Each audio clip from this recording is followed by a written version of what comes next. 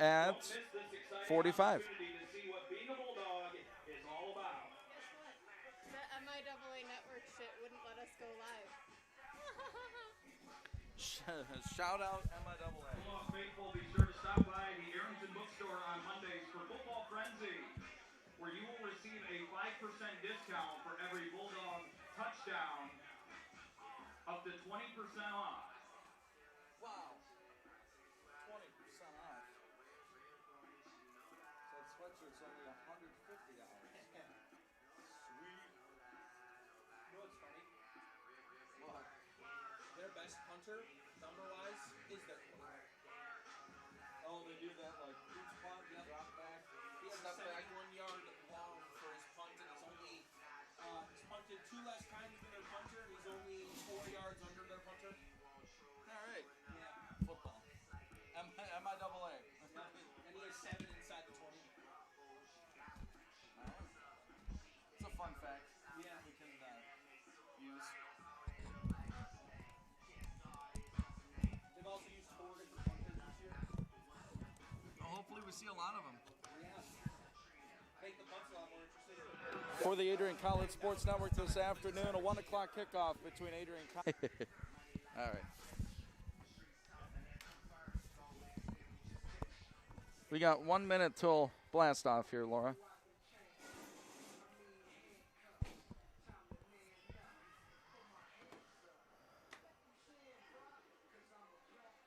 Oh. Is the stream stuff working? WLEN.com.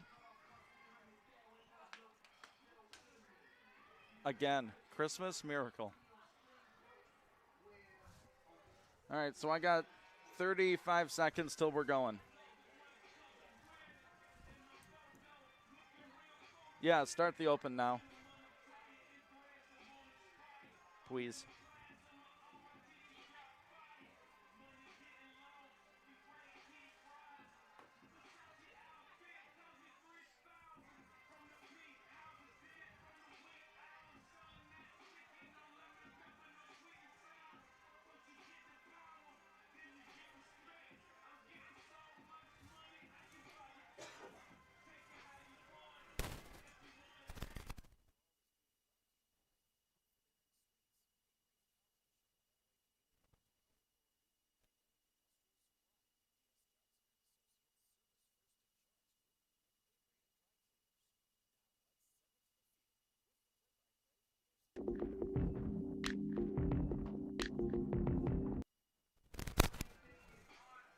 Good afternoon and welcome to Docking Family Stadium on the campus of Adrian College. Bulldog football is here once again, another home contest for the 5-2 Bulldogs as they entertain the 4-3 Kalamazoo College Hornets coming into town. A big MIAA game in terms of the standings and respect and bragging rights between these two storied programs. Good afternoon, everybody. Ian Wentz along with Sean Whitmer back in the broadcast booth with you. We'll start with the visitors from Kalamazoo College. They come in with an offensive identity that has worked for them over the years, and their quarterback is a good one, isn't he, Sean? Yeah, no, their quarterback is really good. They've got Josh Nichols in at quarterback, and he's running away with a lot of stats here. He's got over 1,500 yards. He's got 15 touchdowns on the season. He's just been a very talented quarterback running the show for him.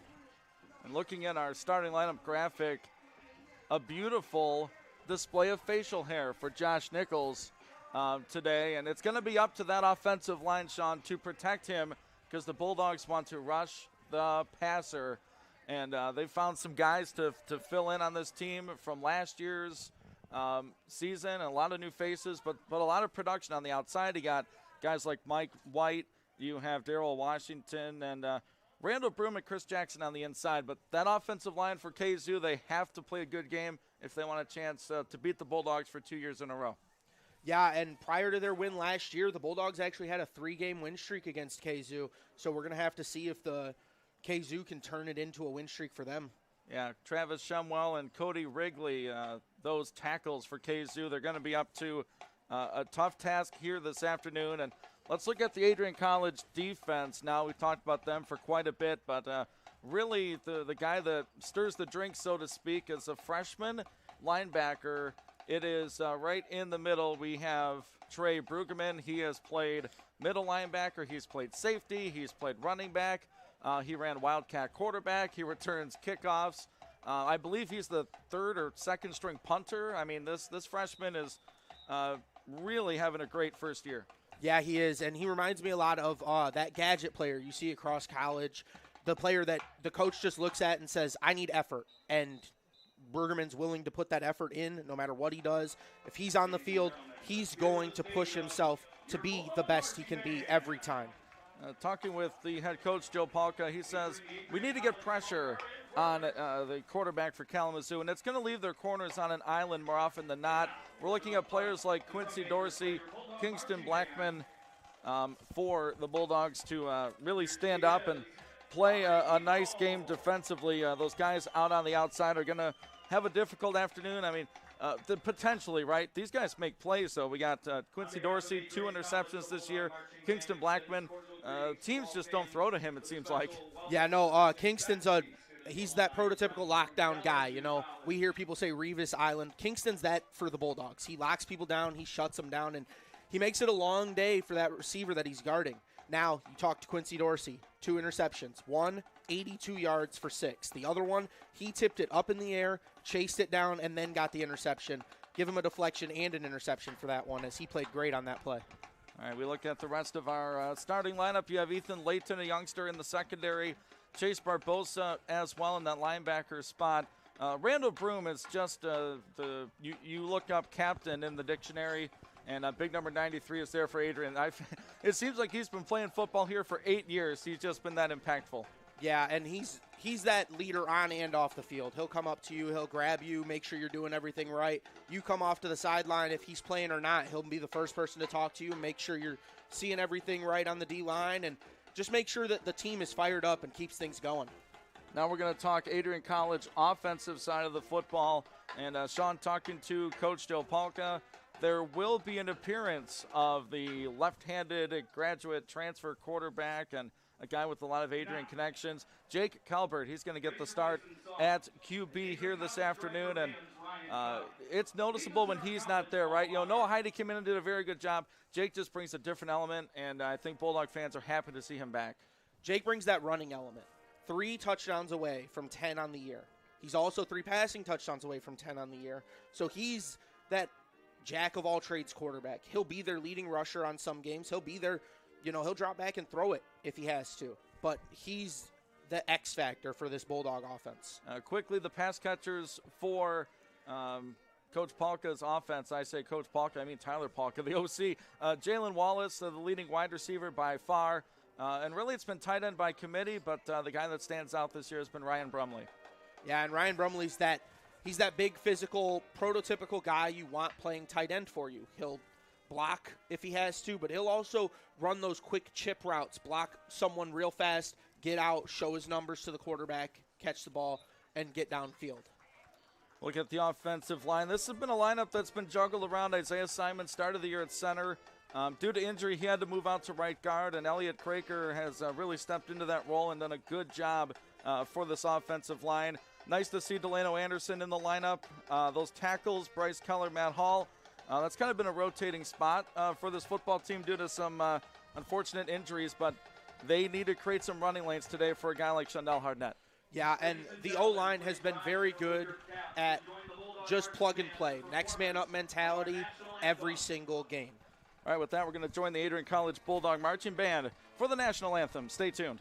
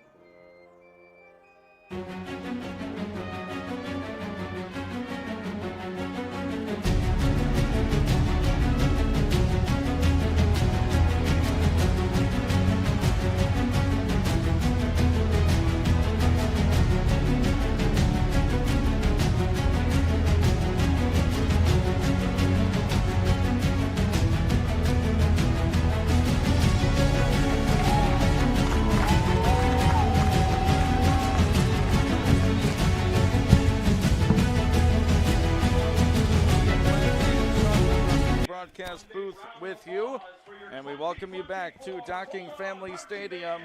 The small but mighty Adrian College Bulldog Marching Band, the national anthem, Hail Adrian, as they march off the field. We're hoping to hear a lot of that song here this afternoon as the Bulldogs are looking to stay perfect at home. Kalamazoo looking to spoil that party, but the Bulldogs need to bounce back. It was a difficult week last week, going up to Hope, over to Hope, and taking a 45-0 loss. I had a chance to talk with Adrian's head coach, Joe Palka, so we'll get to that interview right now. Here's Coach Pregame.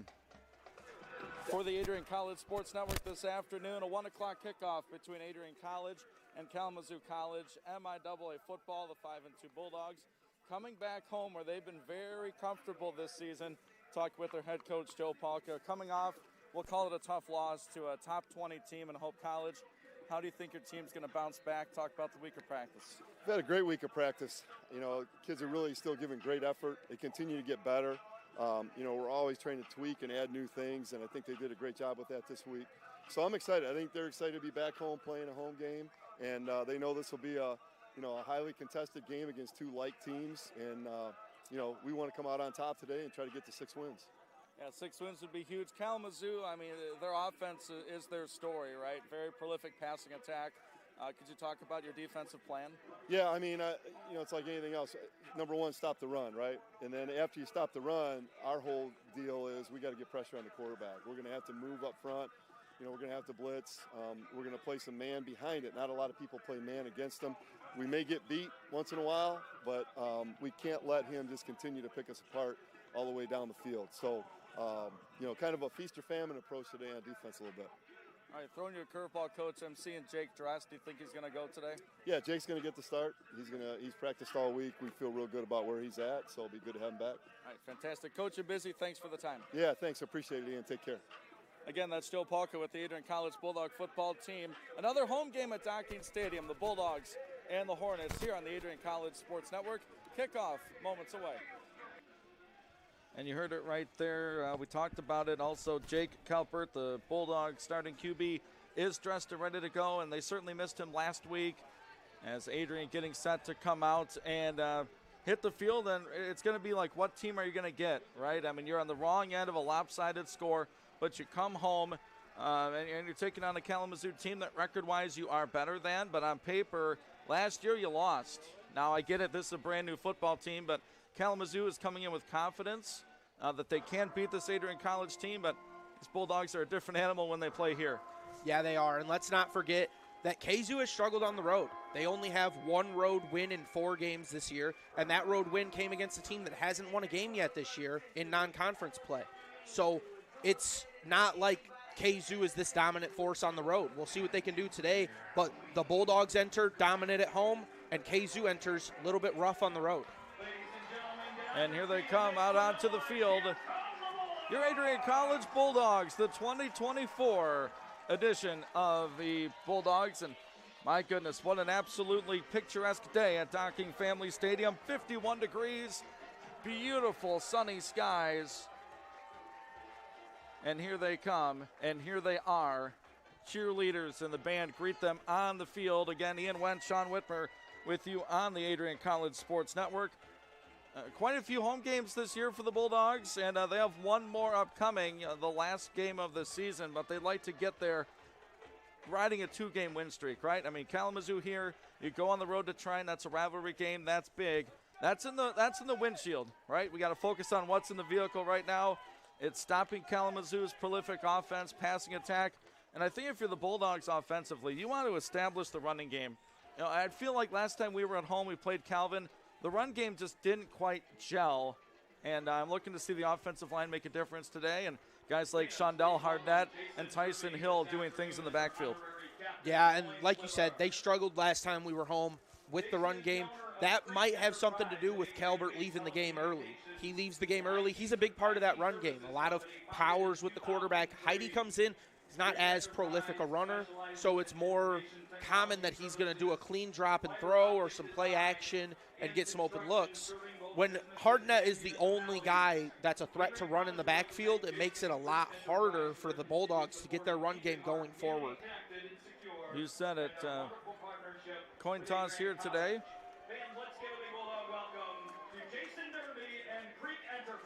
Jason Derby, Creek Enterprise, honored here today as we look at our Bulldog captains here this afternoon. From left to right down there, we have players shuffling around. But Jalen Wallace, number 1, Mike White, number 11, 33, Manny Cole, and number 9, Jake Calvert.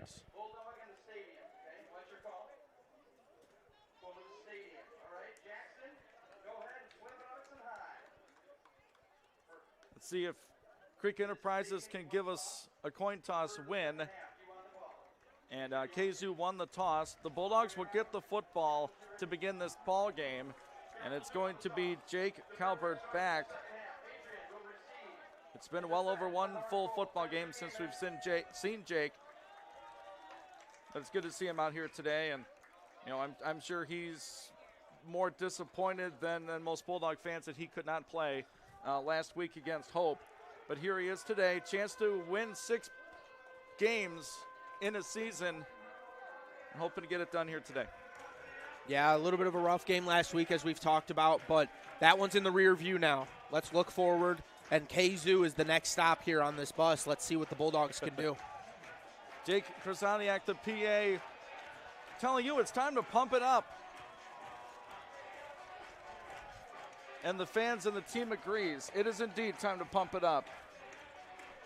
NCAA Division III football on the Adrian College Sports Network. It will be Ethan Aberger, Cade Fox, deep to kick. Emery Roberts, the 6'3 senior, the kicker for Kalamazoo, will put the ball on the tee at his own 35-yard line. So the Bulldogs will be into the wind here today. The wind is not significant, but it's certainly there.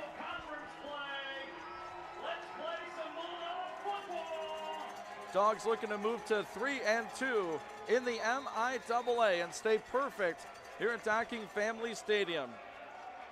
15 minutes up on the clock, and the senior Roberts takes his steps back, the lefty. Puts the arm out, waiting for the ready to play. He is ready.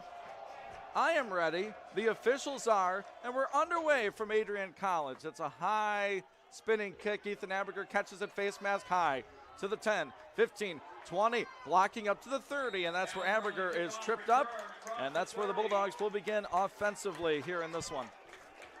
Yeah, it's a nice return there. Blockers set up perfectly for the Bulldogs. Looked like there might have been a bigger hole there than there actually was, as KZoo closed it in a hurry.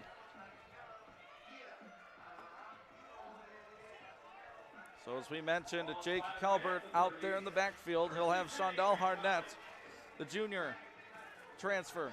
We say the word transfer a lot for this Bulldog football team. Few players returning from last year. Brumley, the motion man, the tight end, right to left. Calvert looking to throw. It's Jalen Wallace. Sets up a screen for Jalen. Wrapped up and thrown down after about 4 yards.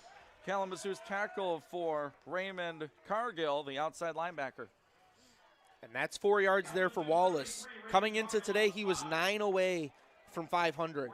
That makes him 5 away right there, as he's inching ever so closer to that 500-yard mark on the season. Keeping an eye on that. He might get it on this drive the way he's involved offensively. 2nd and 6 for Adrian College. It's a run for Shondell Harnett near the line to gain, but he might be a couple yards short. Gets to the Bulldog 38-yard line following Isaiah Simon in at right guard. Yeah, and Isaiah Simon, as we talked pregame, he's the Swiss Army knife for the O-line. They'll put him anywhere, and he'll get after it and just get downhill in a hurry and make some tough blocks. Our first 3rd down of this afternoon. Calvert will line up in the shotgun. Bulldogs with the first 3rd down of the game. It's going to be a run fake. Throw to Jalen Wallace. There's 9 yards and a whole lot more into Kalamazoo territory. Down to the 47-yard line. First down AC. Yeah, and as you mentioned, 9 yards and a whole lot more. That's going to give him 500 on the season, but knowing this team and knowing their mentality, he doesn't care about that number right now. He just wants the win in the column. Bulldogs convert on a 3rd down and short. They go 5 wide for Calvert, who's in the gun. Jake looking right, throws right, catch made, and the ball is loose, and luckily Wallace jumped on it for Adrian. No, now they say incomplete. Boy, big-time hit on the wide receiver. I believe that was 86 out there, Sean, looking to make that play. Or excuse me, 88, Quinn Hiram couldn't hold on. Onstead native, Quinn Hiram. From locally, Lenawee County. So incomplete pass, 2nd down and 10. Wallace did recover it for Adrian if needed. It's going to be a run for Harnett. Shondell gets hit hard at the 45-yard line. Lowering the boom is number 40, Carson Dines. Dinas, makes the tackle. Yeah, and we see there, Kalamazoo's running that 3-3-5 we've seen against Calvin. And it's something that it's going to close gaps in a hurry, but if the O-line can get going, we'll see some stuff. Calvert throws short to Shondell. He's not going to get the yardage. Kalamazoo brought some pressure. So 1 for 2 on 3rd down, and now a 4th down upcoming for Adrian College. And they're going to keep the offense out on the field for now. It was a short route, so you might be thinking, okay, they were going to try to go for this anyway. And here we go. 4th, they call it 3. They need the Kalamazoo 37.5-yard line. 2 receivers out to the right, 1 left. The tight end tight to the line. Calvert in the shotgun. 0-0 our score. Trying to get Kalamazoo to jump. Now they check. Play clock has 7 seconds left. Jake's going to back up and boot this punt away. Calvert puts a spinning saucer punt into the air, bounces at the 5. Look at this Bulldog roll inside the 5-yard line, down at the 1-yard line. He's not just our quarterback. He can be a punter, too, and Jake Calvert pins Kazoo at their own 1-yard line. And don't look now, that's his 2nd punt of the year. It's also his 2nd one to go inside the 20 on the season. I mean, that's inside the – that's at the 1-yard line. That had a weird side spin. It hit at about the 8 and shot directly to the left and rolled inside the 1. So Kalamazoo is backed up deep. So Josh Nichols, the 5th-year senior, is playing this from his own end zone. Claps his hands once, now takes the snap. It's going to be a run play right through the middle. Bulldogs have a safety on the season. Won't be there as the runner able to get out of harm's way. Sheldon Riley, the listed starting running back, and he got the first carry here today. Yeah, and that's just trying to get a little bit of breathing room there. Kazoo probably wants a little bit more yardage than they actually got, but at the end of the day, every inch is breathing room here down at their own goal line. Last time Adrian was at home, they did record a safety against Calvin. Nichols in the gun, he's going to throw. Has time right now, looking. Now he's rolling out to the right. Nichols throwing deep near sideline. There should be a flag on this one. There was contact and no flag. I'm kind of surprised as Brett Allen was draped all over the Kalamazoo receiver. That was Maddox on the receiver there. It looked like number 4 chasing backwards and running into him. Ref might have said uncatchable. Looked like the receiver stopped a little too early. Ball a couple yards over his head. Uncatchable ball. You can't throw the pass interference flag, but that's awfully close. Hit play. Yeah. So here we go, a 3rd down and 10 for Kalamazoo. Scoreless tie here in the first. 11-11 left in it. Nichols will operate from the shotgun, 4 yards in his own end zone. Bulldogs rush 4. They play coverage, throwing to the flat, nobody there.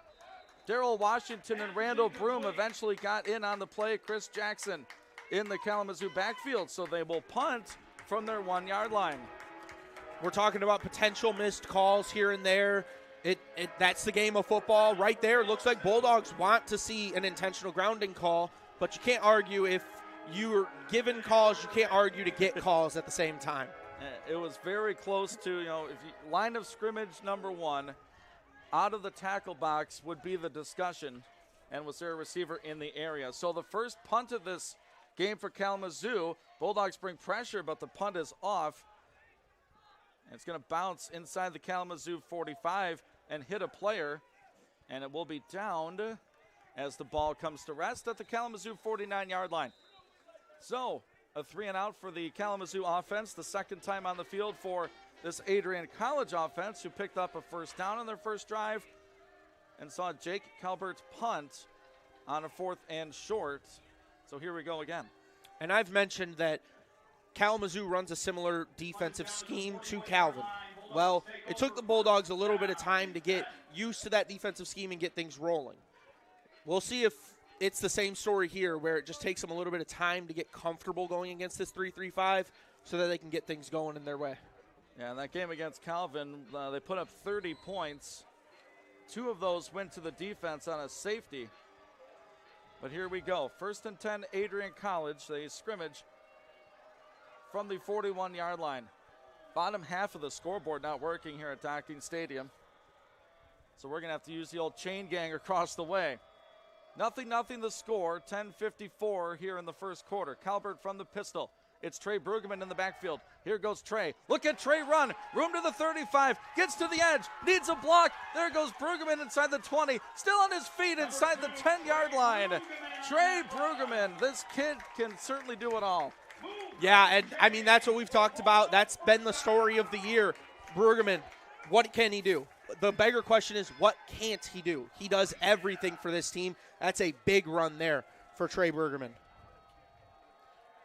Some switches offensively, some alignment changes. They're going to keep Trey in the game as the Wildcat quarterback, and that's another thing he can do. Add it to the repertoire. A freshman from Bedford. He's going to line up in the shotgun with Ryan Brumley in the backfield with him. Wildcat, run to the left. Brueggemann lowers the shoulder. It was a 1st and goal run. They'll give him to the 9-yard line. So good job by that Kalamazoo front.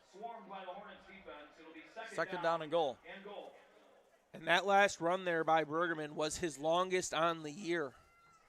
Been mainly used as more of that power short yardage guy prior to that, and he just broke that one loose. That he did. Looking for the first score of this game. 9:40 left in it in the first quarter. Calvert back in a QB with Hardnett in the backfield with him. Trips to the right, tight to the line of scrimmage. Jake looking to throw. Now he's going to run. Left side, room for Calvert to the pylon. He dives, he's close, and he's in for the Bulldogs score. Welcome back, number 9, as he scrambles for 9 and gets 6. There you go, and that's number 8 on rushing touchdowns for him. Number 15 overall on the season for Calvert. And you just see it all over college football, Sean. The dual threat quarterback. That was a pass play all the way. There was nothing to throw at. So he says, you know what, I could run this thing, and with the speed and awareness to get the score. Yeah, it's a very veteran-savvy play there to make that play turn into a touchdown. Here comes the extra point. It's up, and it is good. So there we go. Jack Boyke bangs it through. It's 7-0 Adrian College. 9:26 left in this first quarter. Bulldogs with the kickoff, and we come back. We'll be back in 30 seconds. This is Bulldog Football on the Adrian College Sports Network.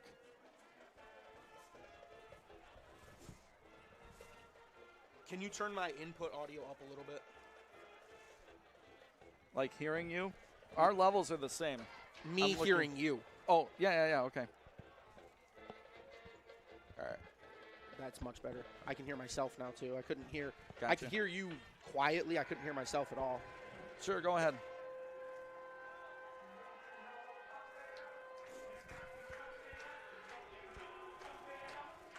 Jack Boyke to kick it off. Jonas Bates and Lucas Hannafin deep for Kalamazoo. Let's pump it up, Bulldog fans. Back on the Adrian College Sports Network, Ian Wentz, Sean Whitmer. And the Bulldogs scrambling quarterback did just that. Scrambled into the end zone for 6 from 9 yards away. And the extra point by Jack Boyke. It's 7-0 and time to pump it up once more as the Bulldogs will kick it to Kalamazoo. Boyke the run up and the kick. It's a high end over end directional kick to the left side, fielded right at the goal line. Out to the 5, 10, 15, and would not get to the 20-yard line. That is Lucas Hannafin, the junior wide receiver. One of the go-to targets, right, for Josh Nichols, and the second time for Kalamazoo out on the field today. They have some breathing room as the first drive began at the 1. Yeah, and like you said, he's a go-to target, also their go-to kick returner. He has 8 touchdowns and 44 receptions on the year. So we'll see if Josh Nichols can actually hit him on this drive. 7-0 Adrian here at home. No Wadeus Ashman in the secondary. It's Brett Allen and Ethan Layton. Nichols going to roll to the left and look to throw that way. Lobs it up deep. He's got a man open. A catch along the far sideline. Into Bulldog territory. Stepped out of bounds. What a nice catch. Braden Lavis got behind the Bulldog secondary and made a nice 1-foot catch at the 49-yard line. And not to sound like a broken record here, but that's another longest play for a player. He had 10 on his longest reception prior to that. Sean bringing the stats today. I love it. 1st and 10, Kalamazoo from their own 49-yard line. 3 out to the left, 1 alone to the right.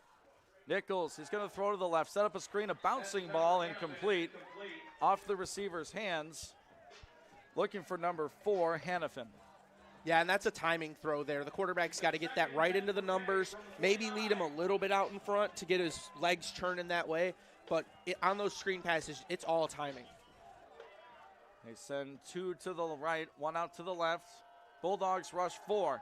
Nichols forced to scramble, being chased and throws it away down at the running back's feet as Washington was all over him that time.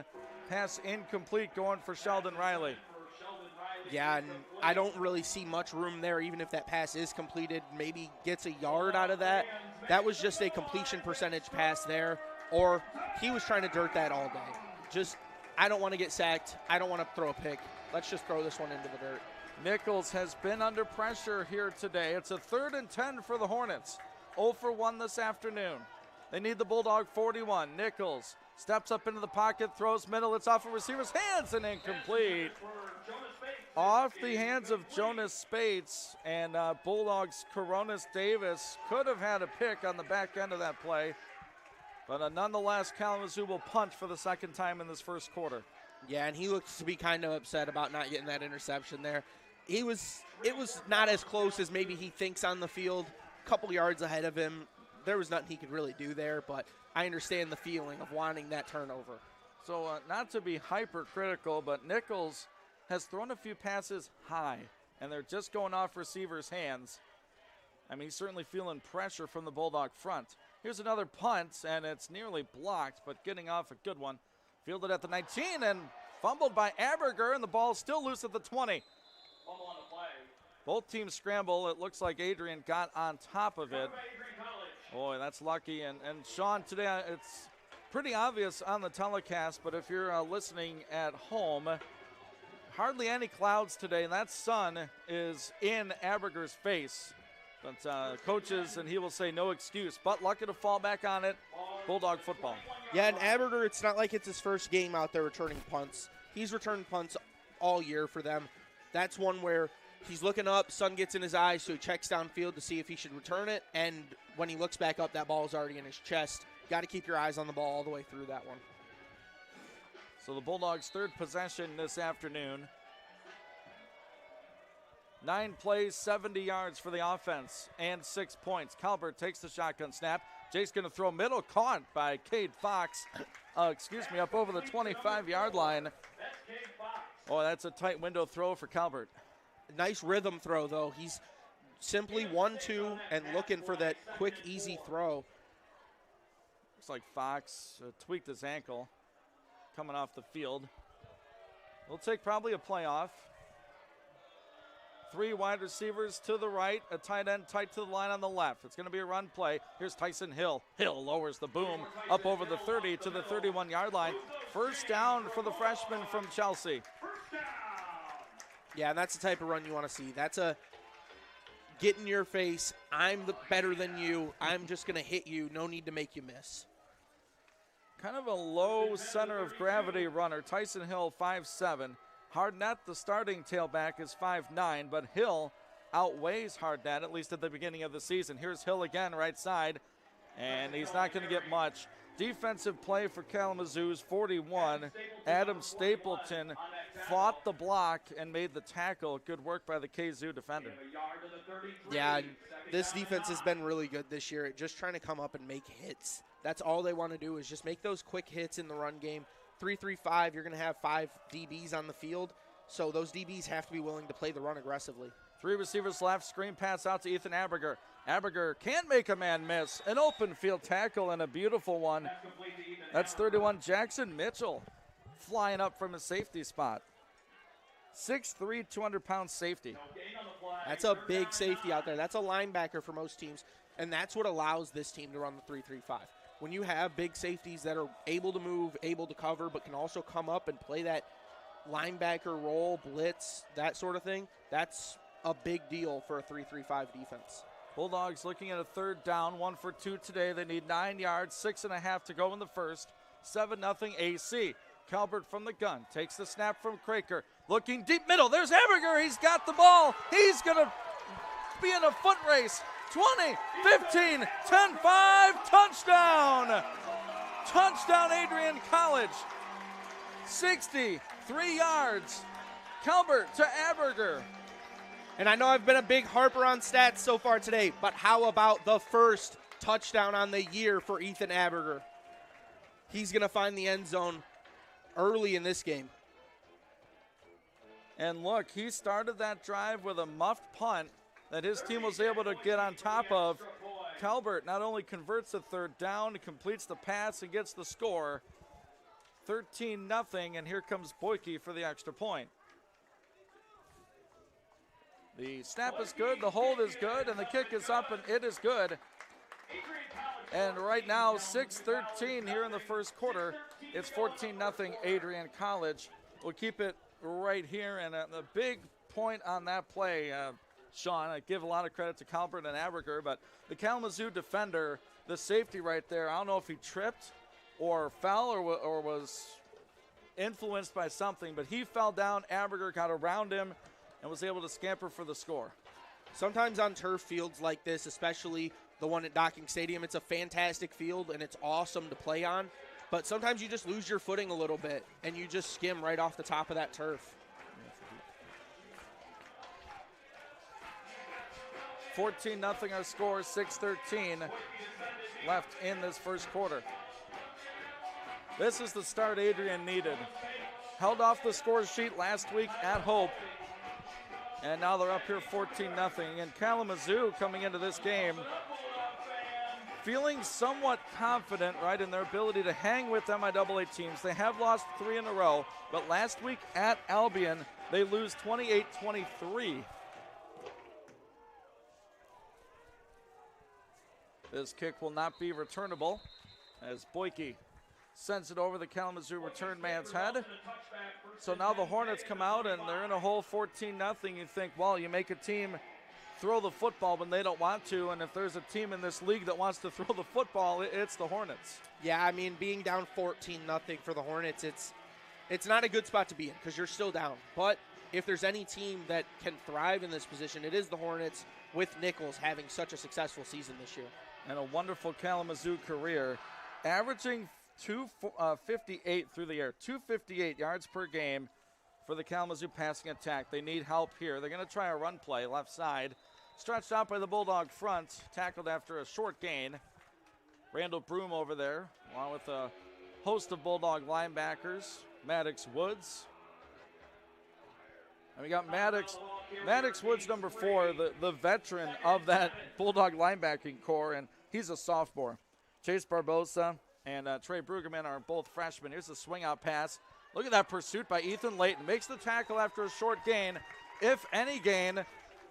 Pass caught by Connor Bell, the backup running back. I mean, Layton came flying in. Yeah, just an uncontrolled missile that is still somehow under control when he's trying to make the tackle. But he comes in like he's an uncontrollable just force. Do you think playing defense with Wadis Ashman has influenced him a little bit? I know it has. Third down and long for Kalamazoo. They need 7. Nichols, the quarterback. Here comes Bulldog pressure. They throw to the flat. Incomplete contact, and there is the flag. And it will be a pass interference and a first down for Kalamazoo. Just too much contact. Yeah, and we've seen a lot of contact this game from the defense of the Bulldogs on pass plays. Just can't get into the receiver's body as much as they have been. So discussion. And then we'll get the call. Pass interference. Defense. Number And that flag is on Chase Barbosa, the aforementioned freshman linebacker. And, if there's one thing that kid plays with is passion and, fearlessness. This guy's not afraid to lay a big hit. Unfortunately, you can't do it while defending a pass. Yeah, and we talk about freshman linebacker, but at 5'10", that's kind of undersized for a linebacker. And like you said, plays fearless. Bulldogs have 3 down linemen. They rush 4. Nichols with the handoff over the left side. And that is 42 Connor Bell with the carry for Kalamazoo. Give him about 3 up to the 35-yard line. 14-0 Bulldogs, under 5 to go in this first quarter. Ian Wentz, Sean Whitmer with you on the Adrian College Sports Network, along with our wonderful crew here today. Man in motion, 3 split out wide to the right side. Nichols rolling to the right, waiting, cuts back, can't get around the Bulldog defender. Maddox Woods makes the play from his linebacker position. And Sean, this defensive secondary, Nichols can't find his first read. Yeah, Nichols isn't necessarily known as a running quarterback. He wants to throw that football, so when you can get him off balance and make him run, that's a win for the Bulldogs defense, no matter the outcome. 4-10 and counting. It's a rush of about 2. Kalamazoo this afternoon on 3rd down, they're 0 for 2. Nichols from the gun, 2 to the right, 1 out to the left, running back into block. Nichols steps up, steps back, gets sacked. Mike White drops him in the backfield. 4th down and long. Yeah, and that's one of the rare occasions where you see a Bulldog D lineman back there by himself. No one else with him back there after Nichols is navigating the pocket. Mike White's the only one to break through at the end of the day and make that tackle by himself. Mike White cheering section is down below. They're loving it. This guy's having a very good season for Adrian College, and just a nice young man, too. Had a chance to talk to him, and here's a Kalamazoo punt. This thing is a booming kick over the head of Aberger. It will bounce and check up at about the 24-yard line. That's a smart play by Aberger. The ball's over your head, into the sun. Get away, and we'll live to fight another down. Yeah, you almost want him to get away sooner. Once he knows that ball's over his head, stop pursuing. Pursue it for a minute and then tail off. Just let that play's done. You know you're not returning that punt once that ball's over your head and you already have players rushing you in a hurry. Mike White's 4th sack of the season stymies the Kalamazoo offense again. And here comes Calvert and company, fresh off 2 touchdown drives. They'll mark it at the 24. 14-0 Adrian College, 3:10 to go in our first quarter. However you may be listening or watching, we appreciate you tuning in to Bulldog football. Very good home crowd, as has been all season long. Even homecoming during a pretty heavy rain for the first half. There's certainly a passion around this football team this year. 5-2 are the Bulldogs, 4-3 are the Hornets. There's going to be a run. Tyson Hill, here goes Hill to the 30, tripped up over the 30 to the 33-yard line. So there's Tyson Hill, and we're seeing a little speed from the running back.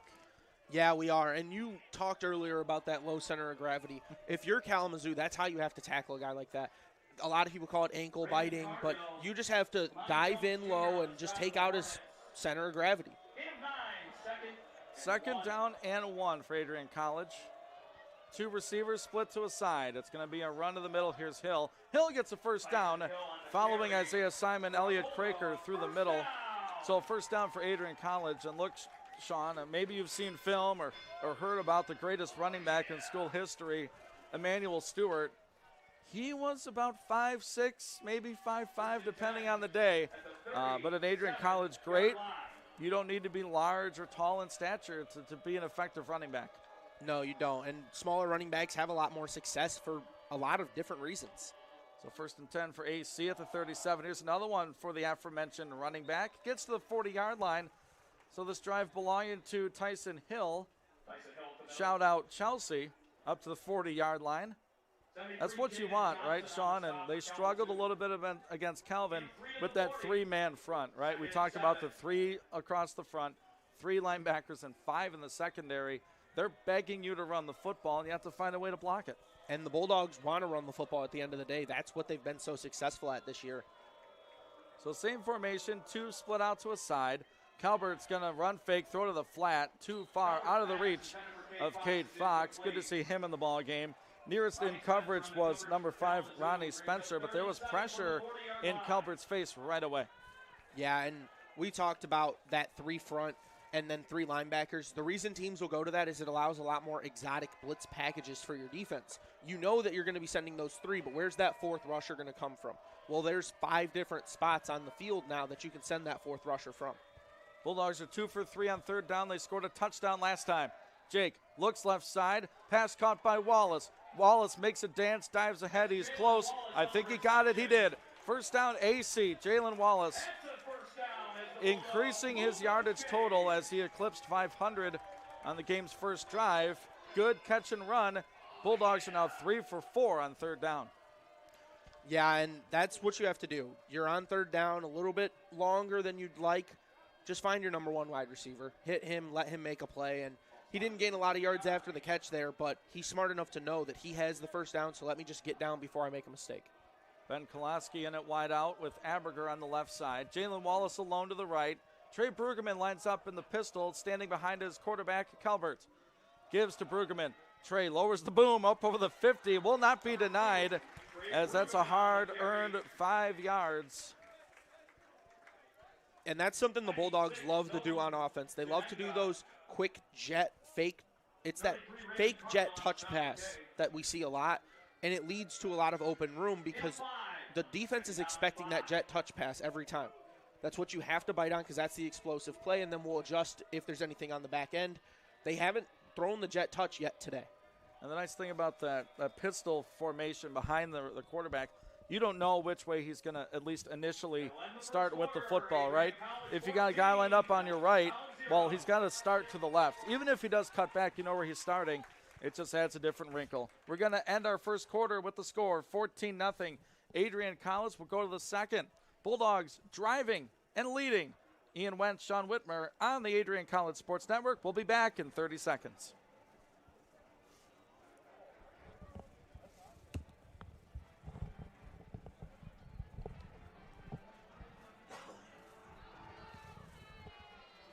Need a water. Ladies and gentlemen, please direct your attention to the south 40-yard line as we honor Is that your today's water right Student there? Scholar of the Game. Oh, Adrian College thank is you. pleased to recognize today's Student Scholar of the Game. I'm like, I thought I brought one. Outstanding juniors and seniors who excel in scholarship, leadership, and service. Presenting the award to Reagan Snyder is President Dr. Jeffrey R. Docking and Dr. Andre R. Milner, Vice President and Dean of Academic Affairs. Back on the Adrian College Sports Network. 14-0. Football leading over Kalamazoo. As we begin this drive, and the first quarter belonged to Adrian College. 3 out of 4 on 3rd downs. Total plays and yards, 20 plays, 179 for the Bulldog offense. Kalamazoo, 12 plays, 31 yards. And gotta like the start. I mean, the first possession, they drive it over the 50. They get a first down or 2. All right, you have to punt. Okay, so your quarterback that's been out the last game and a half punts the football at the 1. Setting up your defense with great field position, really setting the tone for this football game. And here we go, second quarter. It's a 2nd down and 5. Calvert lines up in the shotgun with the do-it-all back, Trey Brueggemann. Trey, it's a run through the middle. Good for 2 or 3. And that's the disadvantage of a tall running back. Tall running backs can be grabbed up high, and their legs make it harder for them to keep driving with them being so tall. You can grab them up high and actually throw your weight down a little bit. And with a short running back, you grab them up high and throw your weight down, their legs are probably stronger than your whole body. They're just going to keep pushing you. Yeah, Trey listed at 6'1", 220. He's out. The other freshman, Tyson Hill, is in the backfield. 3 wide receivers to the right for Calvert. Tight end on the line to the left. Hill on the right hip of Jake Calvert. It's going to be a give to Hill. Hill gets hit in the hole and driven back. That is Carson Dinas, very close to the line to gain, and they're going to move those sticks. That's I thought a generous spot, but they're going to give it to him. Yeah, I would agree. Generous spot there. It's hard to give that one to the defense. In baseball, we say tie goes to the runner. Well, in football, tie usually goes to the offense if the refs don't want to bring out the chain gang and see what actually occurred. Well, that's something that I'm going to sound old here for a second. We used to see measurements all the time. I can't think of the last time I have an MIAA play. Calbert's looking to throw. Left side, Wallace just out of his reach. Calbert with a little shoulder fake and down the sideline. Somehow out through Wallace. Yeah, and that's a tough person to out throw, right? He's got that deep speed. He can burn the field that he's running on. And Calbert, he's patting his chest. He knows that that's my bad. I had him. I apologize. He wants that ball back. He wants to throw that ball again, but Kazu's aware of it now. They're not going to give that one up too easy. Well, and Sean, you spend the whole game defending a 3-yard out route or a 5-yard dig route for Wallace, and then you bite on that, and you look around, and he's behind you. And he's got the quick feet to make you miss. He does. Second down and long for Adrian College. Here goes Hill. Tyson Hill right to left, and good for 2 on that second down run. 57 with the tackle. That was Dylan Gackey. 6'1", 240-pound defensive end. So Bulldogs a third down again. They just converted one. In fact, they're 4 of 5 this afternoon. They need the Kalamazoo 31, leading 14-0. Calbert's alone in the shotgun. 2 left, 3 right. Jake with protection for the moment. Now has to scramble away. Jake rolling to the left sideline. Jake throws on the run, and it's incomplete. Too high as he had Whitaker and Hill in the area.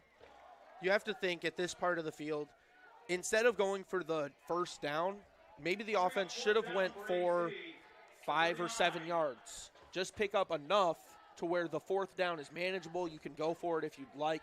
This, you can't go for 4th and 8 on your own 39. That's too much yardage to give the Hornets going the other way. So here comes Sammy Lafata, the first punt today. He stands at his own 47-yard line.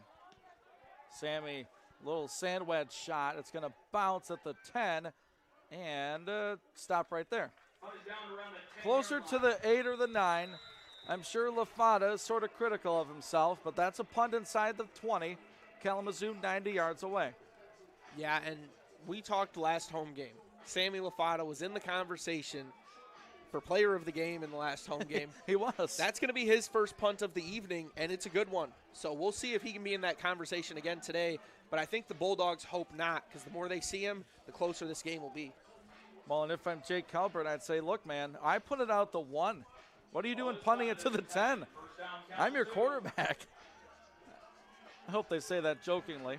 For Kalamazoo, though, it's a 1st and 10 at their own 10. Into the sun here at Docking Stadium. A beautiful day for college football.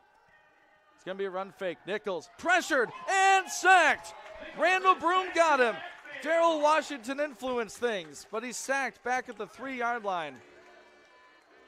And that's the perfect play for the defense. I said earlier, Mike White gets there by himself. Well, this defense here, they like to get a whole lot of players around that ball, and that time they do, but it's going to be led by Randall Broom.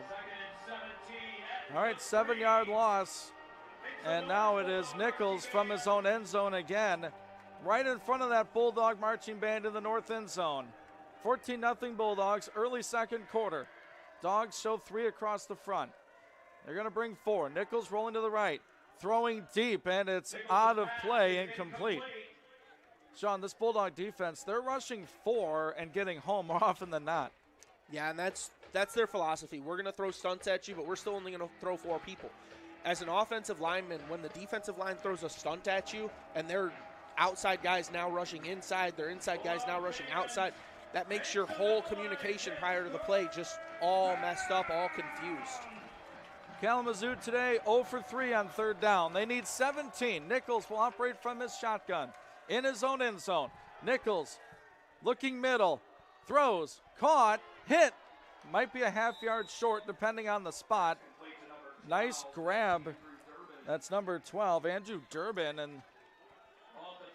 and they're going to give him a 1st and 10.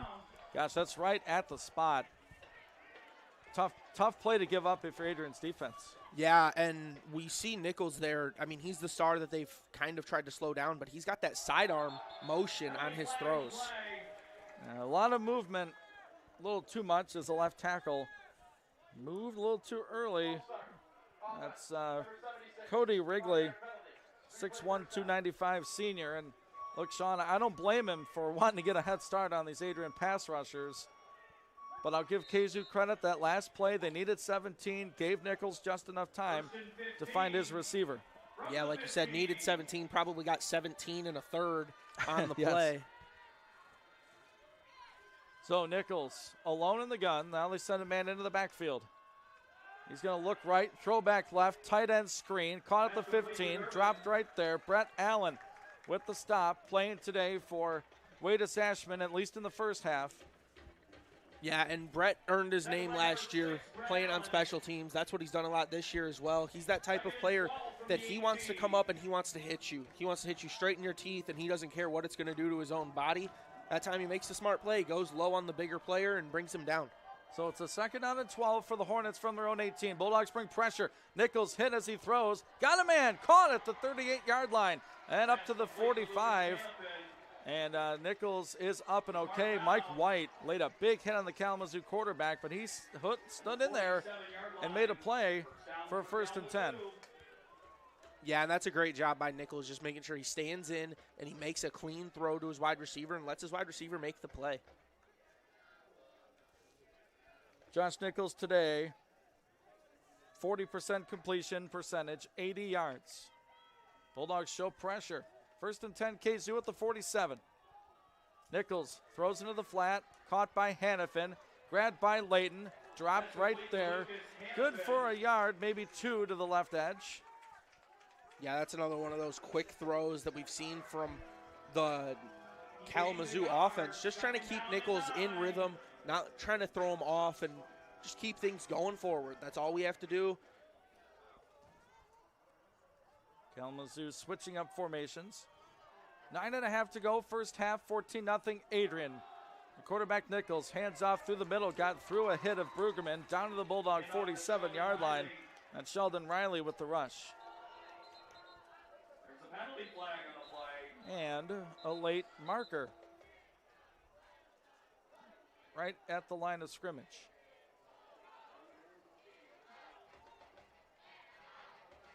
So as it stands, it's a 3rd down and about 4. Unsure about the flag. Yeah, flags between the whistles always scare you as a fan and a coach because you never know if it's going to be on your team or the other team. After the play, unsportsmanlike conduct on both number 11 of Adrian and 55 of Kalamazoo. Those penalties. All right, so the down counts. It's third after down. the play, unsportsmanlike on Bulldogs Mike White, and he said 56, 55 Andrew Munger, the center. So down will count. Things happened after the play. So a 3rd down for Kalamazoo. They just converted a long 3rd and 17. Their first conversion today, they're 1 for 4. They need the Bulldog 43. Nichols from the shotgun. Bulldogs bring 4. And here's the throw to the flat, to the 45, down to the 40-yard line. It'll be a 1st down for the Hornets. That's complete to Connor Bell. And that was the running back, Connor Bell, with the catch and run for Kalamazoo, 1st down. At the 40-yard line. We have an injured Bulldog down. For an injured defensive player. Hard to tell who that was exactly. Might be Brueggemann. Yeah. So Trey is down at the 41 with 8:40 to go in this first half. We'll step aside. Bulldogs 14, Hornets nothing. We'll be back in 30 seconds on the Adrian College Sports Network.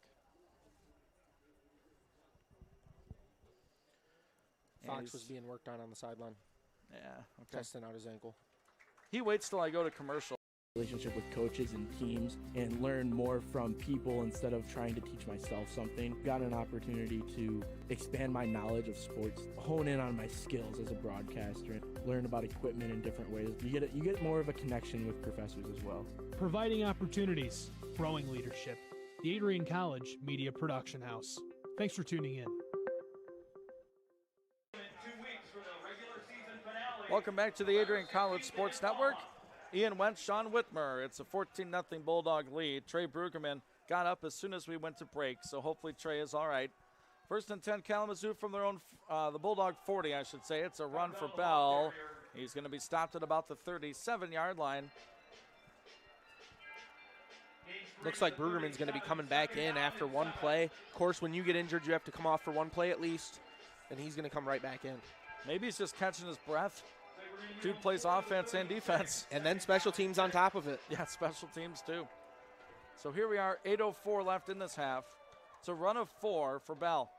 He stays in the shotgun with his quarterback, Nichols. Bulldogs bring pressure. Look at that pass rush by Woods. Throw to the middle. There's a man wide open. Touchdown, Hornets. And there's a flag at the end of this play. Catch made by 24, Tyler Houle. And for now, it's a Kalamazoo score, and I think it's against the defense, this flag. Yeah, that one might go against Maddox Woods, just rushing in as aggressively as he did. Wow. I mean, Woods laid out the running back. Maybe he hit Nichols low. Hard to tell. Somehow, Houle was well behind the Bulldogs secondary. So the touchdown is going to stand. Touchdown pass was to number 24. As soon as we get the word. Result of the play is a touchdown. Personal foul, roughing the passer. Defense, number 11. That 15-yard penalty will be enforced on the kickoff. So it's on Mike White. So they'll enforce it on the kickoff. The touchdown caps off a 90-yard drive for Kalamazoo. So the Hornets line up in a swinging gate formation. Kicker, holder, snapper in the middle of the field. One man out wide to the right. Everyone else bunched up to the left. We'll see if they throw it to the swinging gate. And now they're going to get into a kicking formation. It's a lot of fun, isn't it? Yeah, when you're one of the guys that has to run that all week in practice, it's one of those things where it's like, can we just throw it out here and just have some fun real quick? But you have to show the looks as they come. Snap is low. Nice job by the holder. The kick is up and the kick is good. So that's Emery Roberts putting it through. We have a one-score ball game, 7:52 here in this second quarter. We'll keep it right here. Ian Wendt and Sean Whitmer alongside. So that drive goes 90 yards for the touchdown. They did that in 10 plays. So just on a limb here, I don't have the official stats in front of me. I'm going to guess that's the longest drive the defense has given up this year. I can't think of one that was longer. Yeah, I can't either, honestly. I think that's definitely the longest drive that I've seen them give up, and that's something you don't want to see if you're the defensive coordinator. You want your team getting off the field in a hurry like they have done all year. DC Ron Shields will have things to talk about with his defense, that's for sure. And the kickoff will be from the 50-yard line. And I'm certainly not qualified to be a football coach, but Sean, I'd consider onside kick from the 50. Fly it up in the air about 10, 15 yards, see if you recover it. Give your team a shot. Yeah, no, I would definitely consider it here, but it looks like it's going to be a deep kick. Traditional kick. I mean, most D3 kickers are going to get this done. I mean, through the end zone. So here they go. It's going to be a long, deep kick. Bulldogs will not return. And the Bulldogs will have it at the 25-yard line. Yeah, and that Bulldogs kick return team does a good job. They kind of wave off that random onside that you would see sometimes because they have that 5 front. And when you have a 5 front, it makes it hard to get that random onside to work. Now, if they had a 4 front like some teams do or even offset their front, then it's a little bit easier to go into that random onside and just get that quick little toe-tapping kick right up the middle, but not against that front. Quick update from the MIAA late second quarter. Alma 14, Trine 3. Hope leading Albion 14-0 in Holland. And nothing yet from Olivet and Calvin. Here we have a 14-7 game. Calvert steps up into the pocket. Jake scrambles around. Here goes Jake on the run, gets to the 26. A lot of movement for Jake to elude the sack. Yeah, that's dancing around in the pocket. It can lead to some bad plays, but with Calvert back there, if he's dancing, you're feeling pretty good about him getting some yardage on it. And you are. A 1 yard rush for Calvert. 7:27 to go in this second quarter. From Olivet, it's 14-0 Comets over Calvin. Keep update on those throughout the game here today. All MIAA teams in action, 1 o'clock kickoffs. Here's Bruggeman in the backfield. Trey over the left side, gets up over the 30. He's still going. Here goes Trey near the 34-yard line. And 64, that is, or 65 rather, Elliot Craker dragging Bruggeman with him.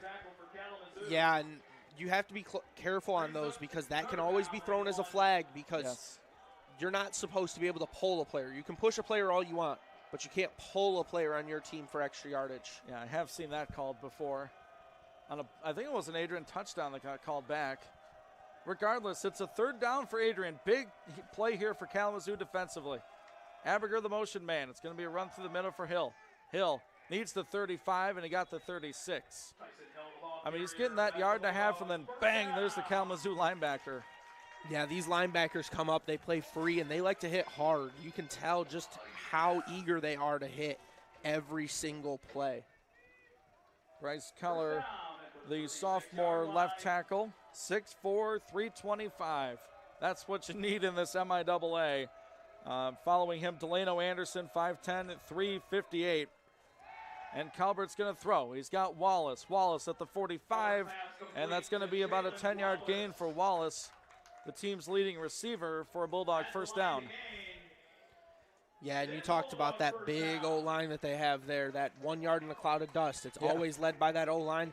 I've experienced what it's like to take a double team block from this O-line, and it is not a fun experience to have. You'll feel it for a week.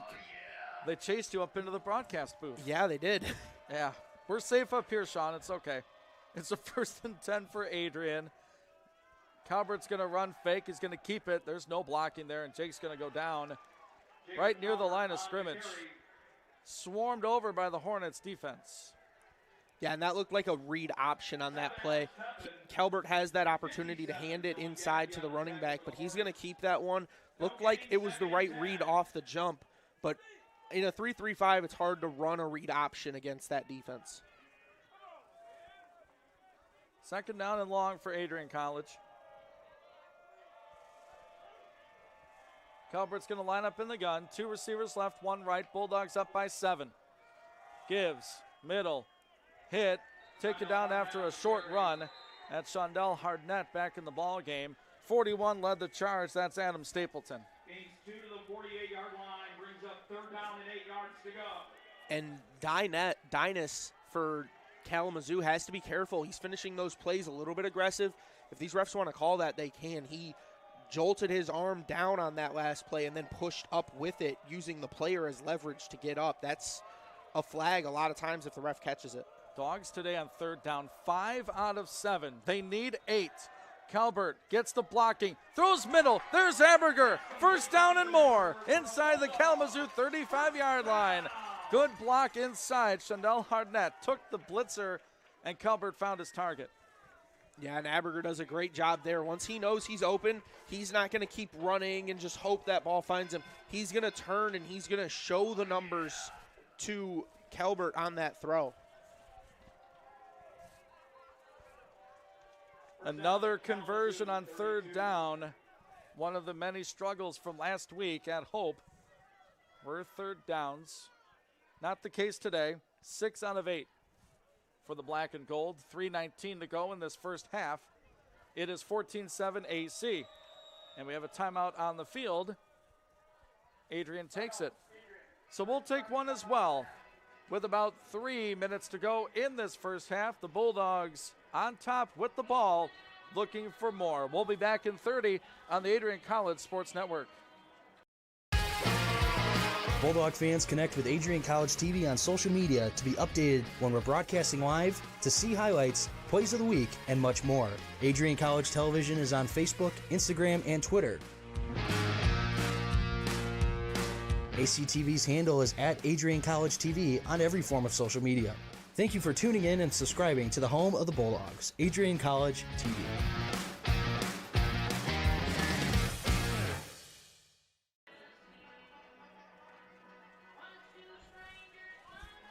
Back on the Adrian College Sports Network, we're going to take a look at that third down conversion from Calbert to Aberger over the middle of the field as we have a big-time block on the inside by Chanel Hardnett. Calbert found Aberger over the middle for a 1st and 10. So it's a first down for Adrian from the Kalamazoo 32. Calbert looking right side. Catch there by Wallace, blocked by Aberger, and that's close to another Bulldog 1st and 10. Look out, Dr. Frank Rebar standing down there on the sideline. Yeah, those are always fun plays for the offense when you know you can get it out to your star wide receiver. He's got that quick foot, he's got that quick first step, and he's going to make a good move to get some extra yardage for you. Aberger made a nice block and then took a big hit. Second down, they mark him out at the 25, 2:46 to go, first half.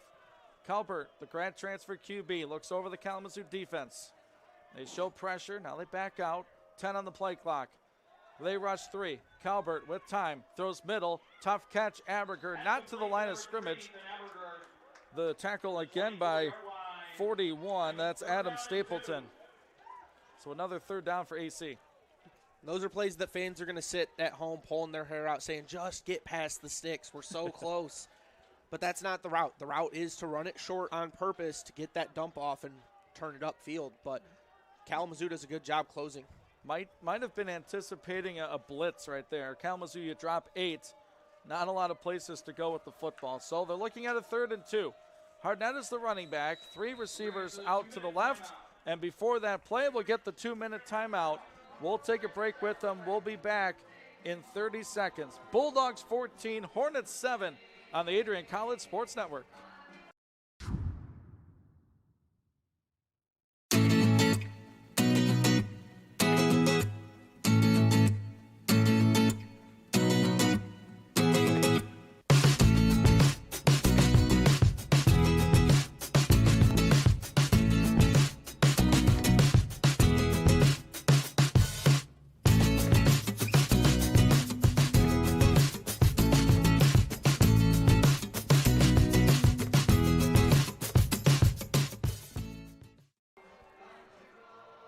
Back on the Adrian College Sports Network, the 2-minute timeout.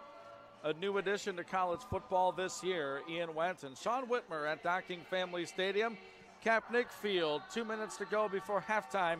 And the Bulldogs are up 14-7. And a huge third down here for the black and gold. Yeah, and it's going to be a third down and short. So you think here, if you don't get it, you can get the 3 points, make it a 2-score game again. Or if they run it here, I wouldn't be surprised if they're planning on going for it anyway. Sean, I don't like to predict plays. Oh, there's Brueggemann. I thought Trey was going to be the running back. I'd say do a shot play here for the end zone, but Brueggemann lined up in the Wildcat. He'll take the direct snap. Ryan Brumley, the tight end in the backfield. They're going to run that way. Avoids a hit, and Brueggemann dives for the first down to the 21-yard line. No need to be cute, right? No, and when you have a guy like Brueggemann that you can put in as that Wildcat quarterback, that gives you 10 players to block. Mm-hmm. Instead of having the quarterback hand it off, that takes a player out of the play. When it's a direct snap like that, that gives you 10 to block for you. Kalamazoo shows 4 across the line of scrimmage. 1 is standing. They bring 4. Calbert's going to throw. Left side. Shot play. Whitaker goes up and gets it, but he couldn't hang on through the process. Oh, Braden Whitaker nearly made a highlight reel catch. Couldn't come down with the football. Yeah, and there's your shot play. They wanted to take it on first down there, but I think that's one of those situations where you might want to keep it on the ground. You might want to throw it short.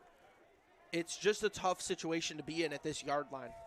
So 2nd and 10 for Adrian. They mark the ball at the 22. Calvert's going to throw again. Jake, short pass, right side, Wallace. Wrestled out of bounds inside the 15. Stop the clock with a minute 20 left in this first half. That's moving by rather quickly. So it will be a 3rd down and short. Close to the line again. It'll be 3rd down and a short 1. Yeah, this is going to be about 1 yard that they're going to have to pick up here. Maybe you go with another power run right up the middle, or you could take that shot play you've talked about. Such short yardage allows them to have so much that they can do, and the ref's going to say that forward progress was stopped in bounds. All right, here goes Hardnett. That's a 1st down with ease inside the 10-yard line. So clock stops briefly with 59 seconds left from the 9-yard line.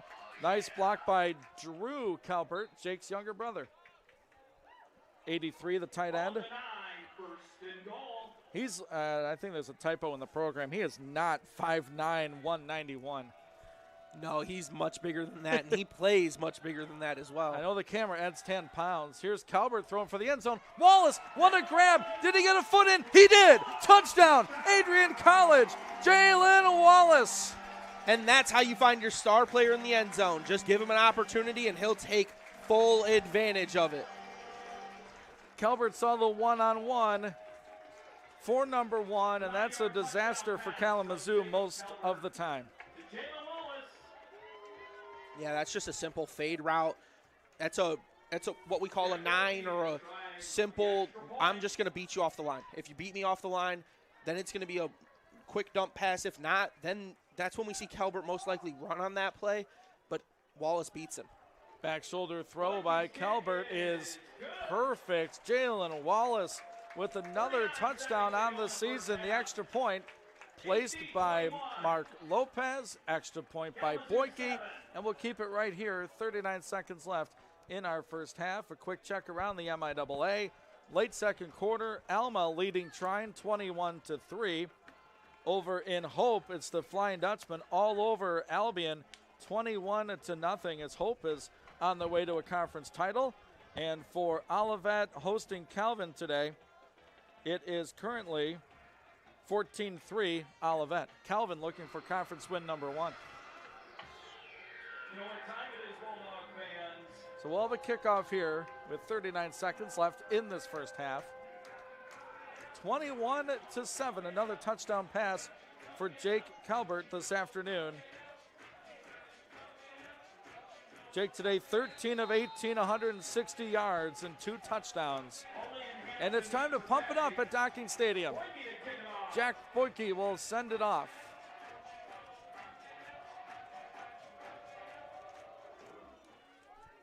With the sun at his back, drives it to the goal line and in for a touchback.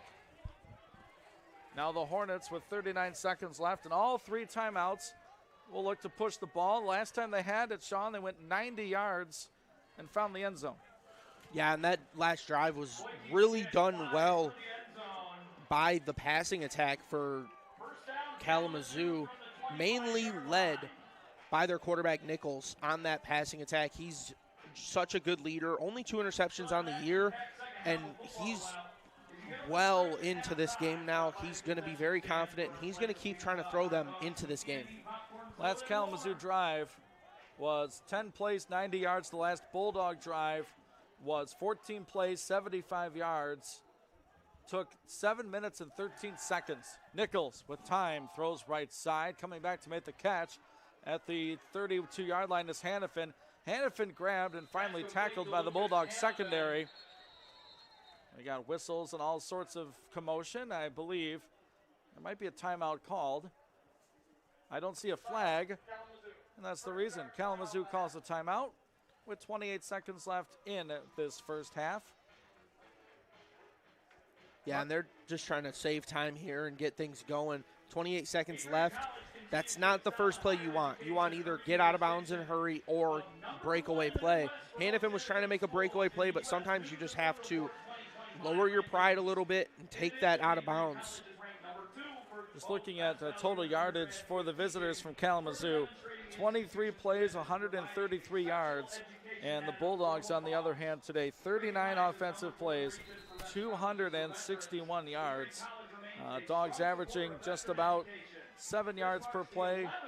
Kalamazoo just about 6, but it's just a total number of plays that have really doomed the Hornets in this first half. So here we go. It's a 2nd down and 2 off the Kalamazoo timeout, their first of the half. 28 seconds left in it. Bulldogs up 14. Nichols alone in the shotgun. 5th-year senior looks, throws short middle, catch made up to the 40, and tackled in bounds by Maddox Woods. Making that quick catch was Jonas Spates, another senior. And, Sean, last time we were home, we had Calvin. A lot of freshmen for Calvin, but Kalamazoo is a different story. A lot of seniors up and down the lineup. Yeah, and if you're a senior right there, the head coach wants you to go down. You got the first down on the catch. Okay, let me just dive down and eat this. There's no way I'm getting out of bounds. Let's save every second possible. Yeah, Kalamazoo using their 2nd timeout today in this half. 21-7, Adrian out in front. Kalamazoo has gone 15 yards in 2 plays. Used about 17 seconds to do it. Halftime festivities, including the Bulldog Marching Band, often called the spirit of the stadium. So looking forward to hear them and what they have to do here at the half. Wonderful job pregame. This is not the final home game of the season. Next week we'll be in Angola to take on Trine, and then back here at home as we host Alma College to end the season. 3 receivers out left or right, 1 to the left. They send a man in motion. And here goes Nichols rolling to the right. Bulldogs bring pressure. Nichols rolling, throwing, flags all over the place. Catch juggled and incomplete by Hannafin. There's 2 flags down near the 50-yard line. 3 flags, excuse me. We're going to get another look at this one to maybe, Sean, we can see what happened.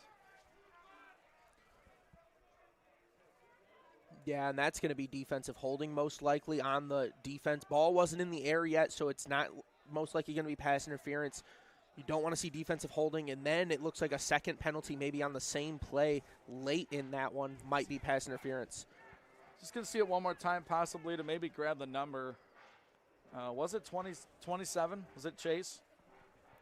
Linebacker in coverage? Yeah, I think it was Barbosa. Yeah. There we go. Thank you to the replay booth up here. So that's going to be an automatic first down for Kalamazoo, a spot foul. So not terrible.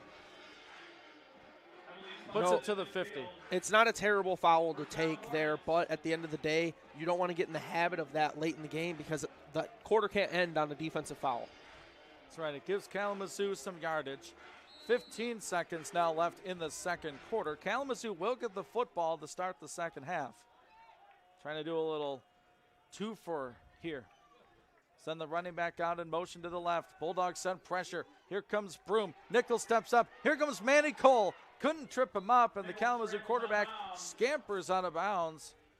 And Nichols has a target on his back today as this Bulldog D-line is winning pretty consistently. And the Bulldog D-line does a good job of getting fresh legs. They rotate players often, and we see them rotate players again here before this big play. Yeah, they go 3 down linemen look. It'll be Broom, Washington, and White. Nichols rolling to the right.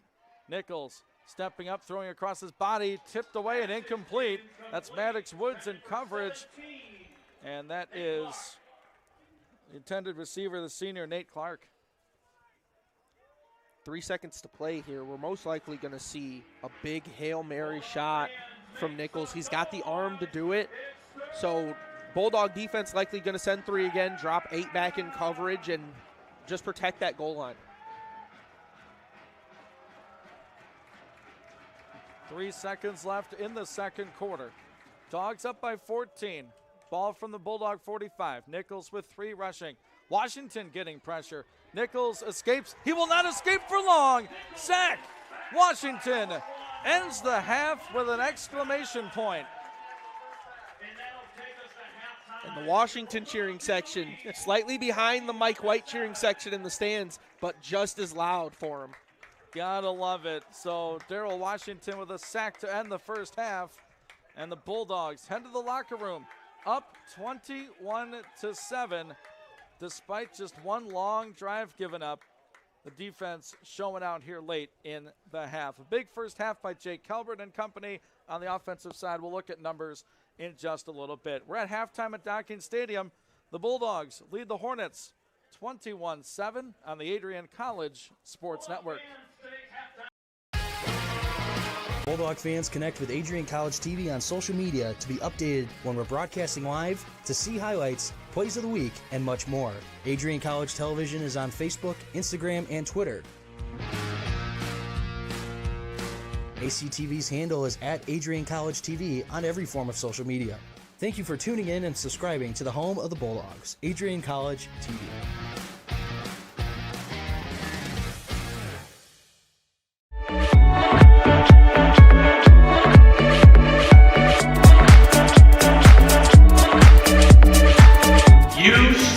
Today's students on the threshold of a magical time in your life, a time of significant growth, introspection, self-awareness, challenge, and opportunity, a time that you will always look back on as special years, never experienced before you arrive today and never replicated after you graduate.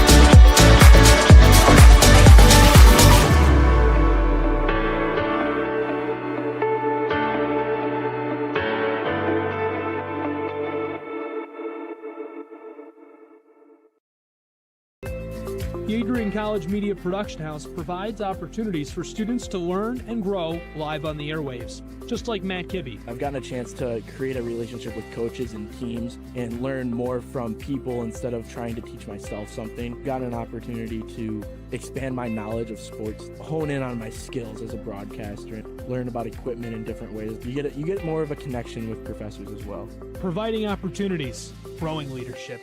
The Adrian College Media Production House. Thanks for tuning in.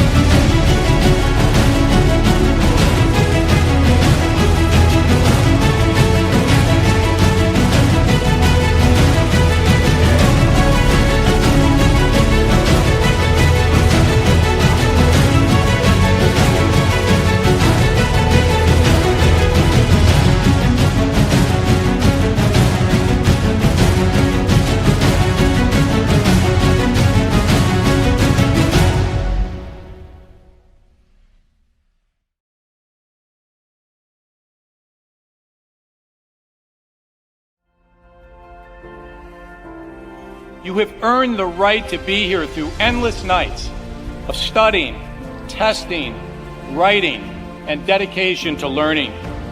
The diploma you will receive symbolizes your efforts and distinguishes you as a highly educated person, learned in the arts and sciences, and prepared for a life of achievement and great accomplishment.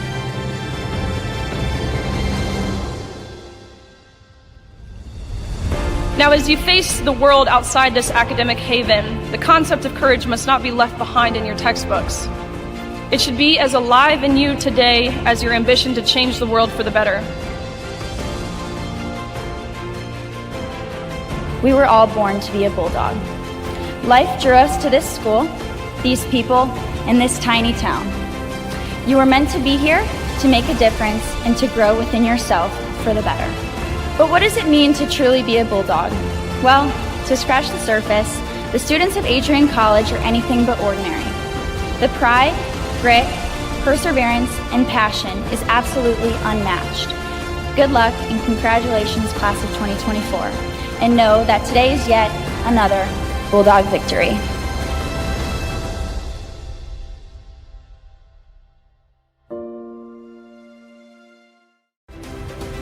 If there was one word I was going to use to describe the communication arts program at Adrian College, it would be unique. Students find themselves on the radio, in front of and behind the camera, and directing their own programs. Students learn in a personalized environment that sets them up for a world of opportunities. Are you ready for your moment in the limelight? Learn more about the Rush Communications Center and Adrian College's communications program by visiting adrian.edu today. Welcome to Adrian, Michigan. We're located in a proud college town. Adrian College is situated just 45 minutes from Ann Arbor, Detroit, and Toledo. We're very excited to show you just a little bit of what AC has to offer. This is the gateway to our campus. Welcome to the place that we believe will change the rest of your life. AC features one of the most well-rounded educational experiences in the country. We offer over 60 different academic majors and 10 academic institutes, as well as dozens of student organizations. Year after year, we've been ranked as one of the nation's best colleges, including being one of the most innovative institutions in the U.S. for our medical programs. Our campus is simply beautiful.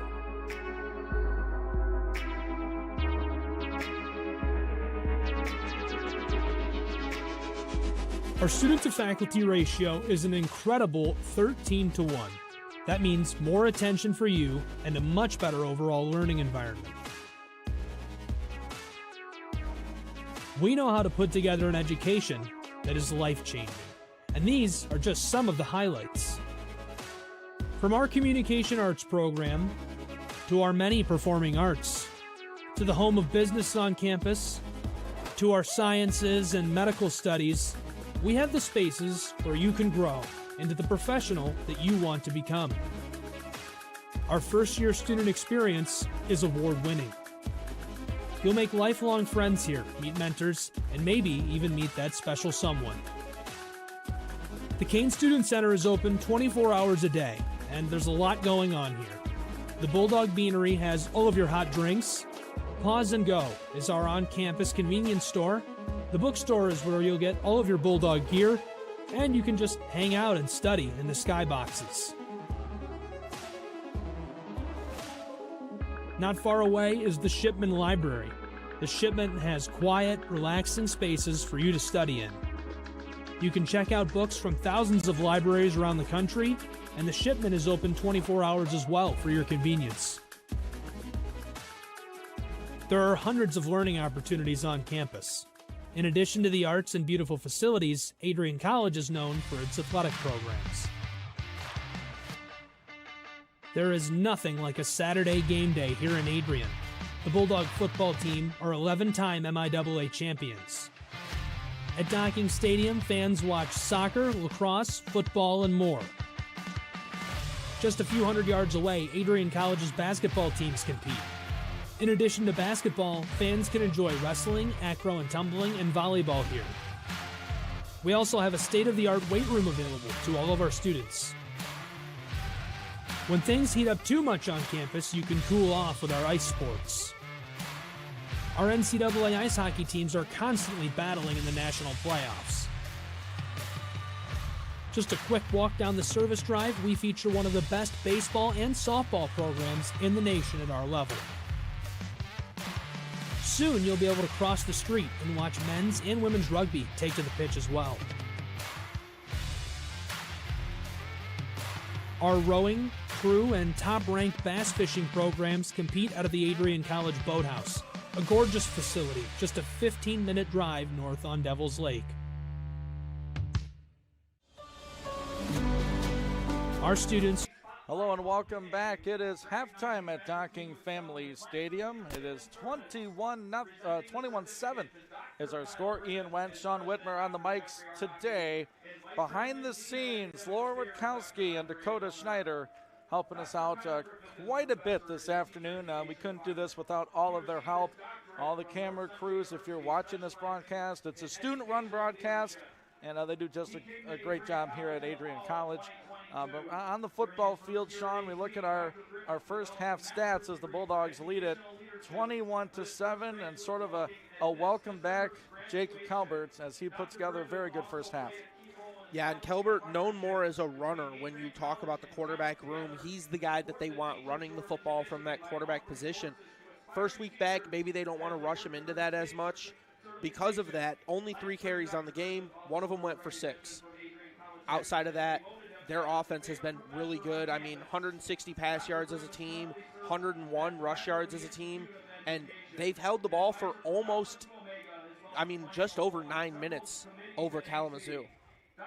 Absolutely, and you look at the defensive side of things. Kalamazoo on that long pass for a big gainer, Tyler Houle with the 36-yard touchdown reception. So you look at that, just over 100 yards passing in the first half, and rushing numbers, I know you include the sack total, right, in the rushing yards number, but Kalamazoo, 10 rushes and 1 yard from scrimmage. The Bulldog defense, aside from one play, playing some good football. They found their way into the backfield today as well. Mike White, Darrell Washington ended the half with a sack as well. All the numbers indicate the Bulldogs should be winning this football game, and they are, right? We've seen plenty of games where, okay, the stats look like that, but the score doesn't. Give credit to the offense for making the finishing plays on drives to get scores. Yeah, and you talked about the rushing yards. Obviously, the sacks go into that, and even if you take the sacks away, you're still only looking at 24 rushing yards on the game for Kalamazoo. That's not something you want to see for your offense if you're the Kalamazoo coaching staff. You need to see a little bit more running game getting going here. That'll open up the play action for you, and that'll open up a lot of options going forward in this game. And one of the questions, I think, for me, and maybe some Bulldog fans, and maybe the coaches and some players, how would you respond after that loss last week? 45-0 against Hope. How would you respond? Kalamazoo nearly upset Albion on the road last week. And the first half answered a lot of questions for me, and it's really been what the team has been, a team that does not quit, does not give up, and they bounce back. I mean, it's a young team with some veterans sprinkled in there, and through 30 minutes, you have to like what you're seeing. Okay, let's go through the scoring plays as both teams are out warming up here this afternoon. At 9:26 of the first quarter, it was a Jake Calbert 9-yard touchdown rush, and the Boyke kick capped a 3-play, 41-yard drive in 1:28, gave Bulldogs a 7-0 lead. Then, just over 3 minutes later, Ethan Aberger's 67-yard reception from Jake Calbert. The Boyke kick capped a 5-play, 79-yard drive in 2 minutes and 17 seconds, made it 14-0. Kalamazoo got on the board. It was Tyler Houle from 36 yards away. His pass from Josh Nichols. Roberts made the extra point. A 10-play, 90-yard drive made it 14-7. The Bulldogs answer with a 7-minute and 13-minute drive. From a completed drive standpoint, it was Jalen Wallace, a 9-yard reception from Jake Calbert. The Boyke kick was good. 14 plays and 75 yards, and that's how we have a 21-7 score here at Docking Stadium, where we mentioned it in the pregame, Sean, the Bulldogs are perfect at home. It's really obviously propelled them to this 5-2 record, but you want to control your home field, and they've done that. Yeah, and if you're the head coach of a team, you're coming in, it's your first year coaching a team, you're going to pride yourself on defend our house. This is our house. People aren't going to come in here and punch us in the mouth. And that's what the Bulldogs have done all year. When people come into their house, they want them to be scared. Every year that Palka's the coach, they want them to be scared to come into this house.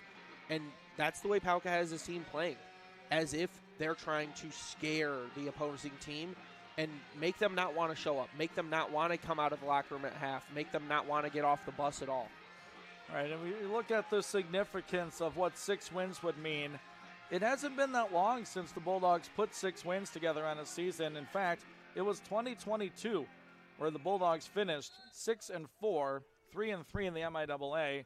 But if Adrian were to win this game and win against your rival on the road, which is a tough place to play, 7 wins on a season, that'd be the first time since 2015 that the Dogs would get to that 7-win mark. So, as you mentioned, first-year head coach Joe Palka, his staff doing a great job this season, 5-2, 2 losses on the road in the MIAA. That's something that this team's going to have to learn how to do quickly. Next week, Trine doesn't, I mean, it's the old cliche with the records, right? It doesn't matter the record between those two. It's between the sidelines, end zone to end zone on that given day. And Trine's had Adrian's number in recent years, but things to take care of first here today, Sean, with a 21-7 lead. Let's go with the visitors first. If you're Kalamazoo, what do you need to do to get back in this game? Like I said earlier, get that run working. I know it's not their identity. Their identity is to pass. But look at how free this D-line is playing for Adrian. It's giving their passing game no time. Nichols has no time back there. Every single time. I mean, we see 3 sacks, but that doesn't even go into the fact that he's dancing a lot back there. He's trying to make things happen. They haven't designed a single run for him, and he ran the ball twice already on the game. He's got to have time. The play-action game can give him that, but you have to run the ball first. All right, and if you're Adrian College, what do you have to do to complete the win? Keep doing what's working. Run the ball between the tackles. Break out that play action that they've done so well this year. And even those quick little shoulder fakes that Kelbert's so good at, putting that ball in there. I think there's no real reason to keep Kelbert as a top running threat for this game. They haven't done it much yet, and I don't think they should. First game back, let him get his legs under him a little bit, and we'll see what he can do going forward running the football. All right, quick scoring updates from the half across the league. Alma leading Trine 21-3 up in Alma. Hope in the battle of the MIAA's top teams right now. Hope has a lead 21-7 over Albion. And Calvin down 11 at Olivet 14-3. Right now we have a score of 21-7, and it's time to pump it up as you see the Bulldogs sideline. And you love it. I mean, it's football, right? Football is fun, and it should be fun. Yes, there are times to be serious, but Sean, when it's time to pump it up, you know what you have to do. Yep, and that was my favorite part on the sideline on game days. It's time to pump it up, and the whole crowd and all the players sitting on the sideline are going to start jumping up and down. The Mike White cheering section, Darrell Washington cheering section down below, pumping it up too. Bulldogs by 14. Kalamazoo to get the football first. Little conga line from the cheer and dance teams. Beautiful shot from the camera crew here. Boyke's ready to go. Sun at his back. In the eyes of the Kalamazoo return man, and Boyke sends a high kick into the end zone on the B for Bulldogs. And they'll go from the 25-yard line, 1st and 10. So we will see, Sean, if they're tuning into the broadcast and want to try to run that football. And I think you're right. You need to, what they say, right, keep the defense honest. You need to have at least a threat to run the football, and it has not been very successful for Kalamazoo. We know they can throw the ball, and they're going to have a tough task against this Bulldog defense as they have one of their senior leaders back there. Yeah, Wade is coming back in off the sideline here. You can notice him by the leg bands he has going down the one side with the leg sleeve on the other side. And it is going to be a run play. Pregame forced him back inside, but a decent rush by Sheldon Riley. Give him about 3 to the 28. And those are good plays, right, on first down. Get positive yardage. Make the defense think we can run the football. Yeah, and the old adage is, let's get 3 to 4 yards. You get 3 to 4 yards every play, that'll guarantee you a first down. You don't need 10 yards on one play. Well, there's a classic false start on everybody but the center. Penalty flag on the play. That's a tough one to see on film. Yeah, if you're the offensive coach for... There we go. Everybody but the center. A tough look. Yeah, and as I was saying, if you're the offensive coordinator for Kalamazoo, that's one of those plays where you're just going to be pulling your hair out, and in the film room, everybody on that O-line is not going to be happy about that play. And their head coach, Trent Figg, looks now at a 2nd down and 12. Nichols sends a man in motion.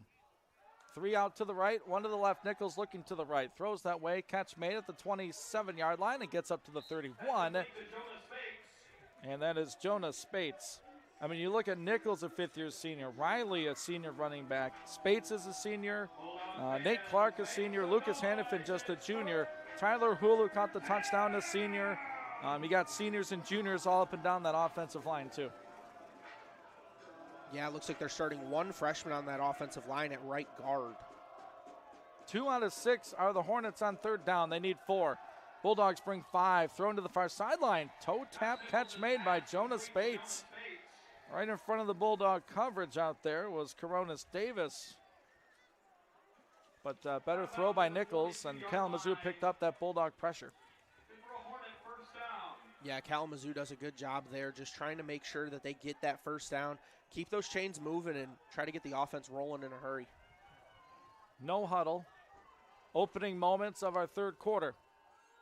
Hornets try a run right side, diving ahead for a couple is Riley.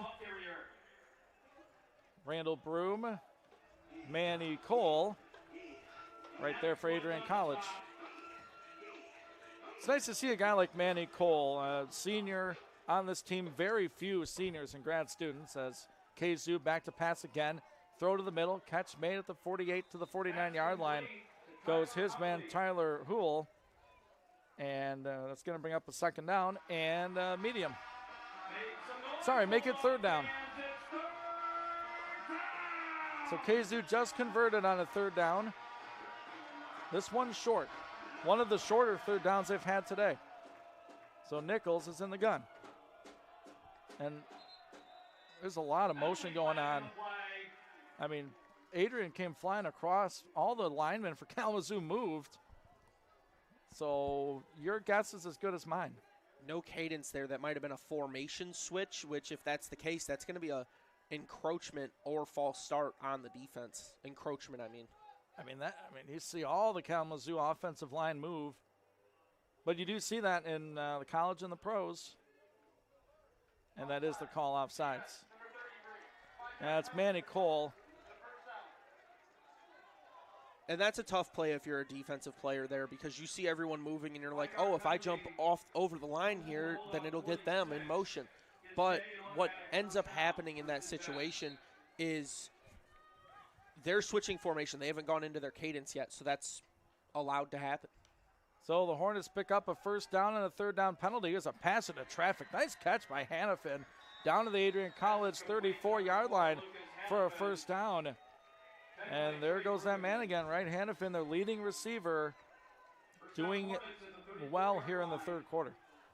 Yeah, and when a quarterback can drop back and hit his leading receiver easy, that's a best friend play for him right there. Hornets with speed to the line of scrimmage. Nichols rolling to the left, throws back to the right. There's his tight end open at the 30. Slips a tackle at the 25. Down the far sideline, inside the 15, inside about the 10-yard line. That's Nate Clark with the catch. That's a fun little sprint to the left and throw it back to the right. Yeah, that's an interesting play there. Looks like they let the defensive lineman, it looked like Mike White in on that one, just let him clear and through. Mike White holds his ground for a minute before sprinting in, and that's exactly what Kalamazoo wanted. So first and goal, Kalamazoo from the Adrian College 8. 21-7 is the score. First drive of the third quarter. Nichols going to run fake. Nichols to the 5, into the end zone. Touchdown, Kalamazoo. That's a quick drive. 3 minutes and 52 seconds to find pay dirt. Nichols runs it in from 8. And a flag after the play.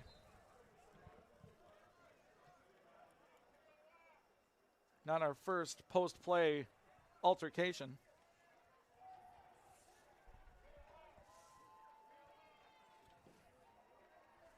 As we're going to take a look at that run again, as Nichols faked it to his running back.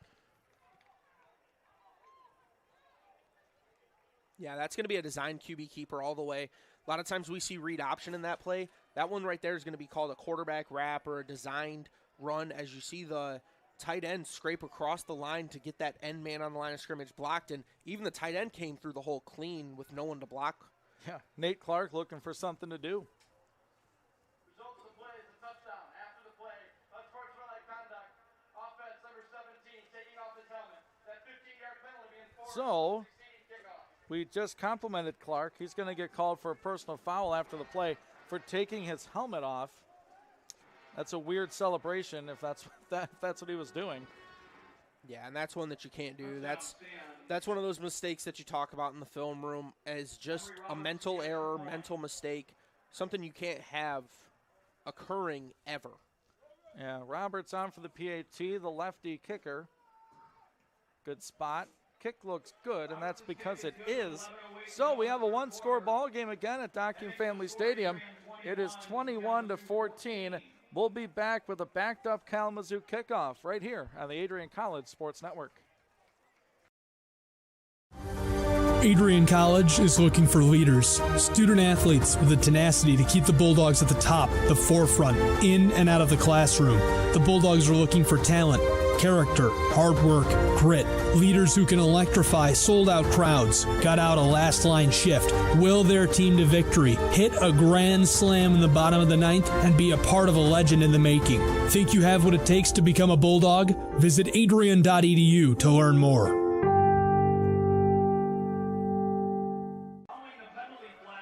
Kaepnick Field, Docking Family Stadium, site for this Michigan Intercollegiate Athletic Association football contest between your Adrian College Bulldogs and the Kalamazoo College Hornets. Ian Wentz, Sean Whitmer on the call for you, Laura Rutkowski and Dakota Schneider.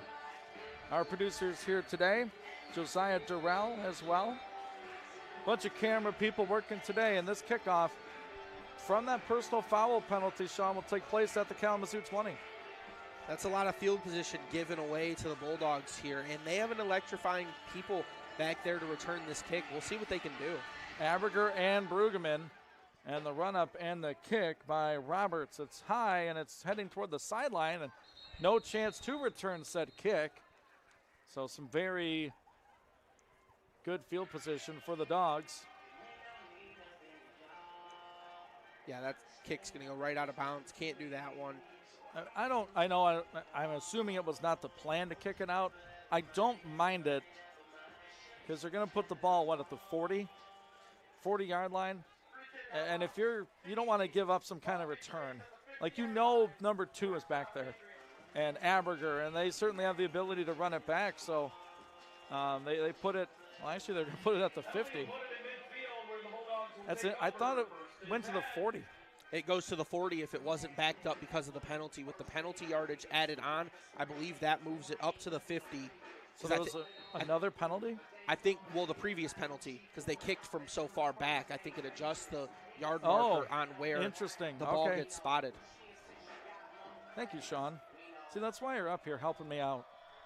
It's always nice to help your elders. Here is Calvert on a QB powers run.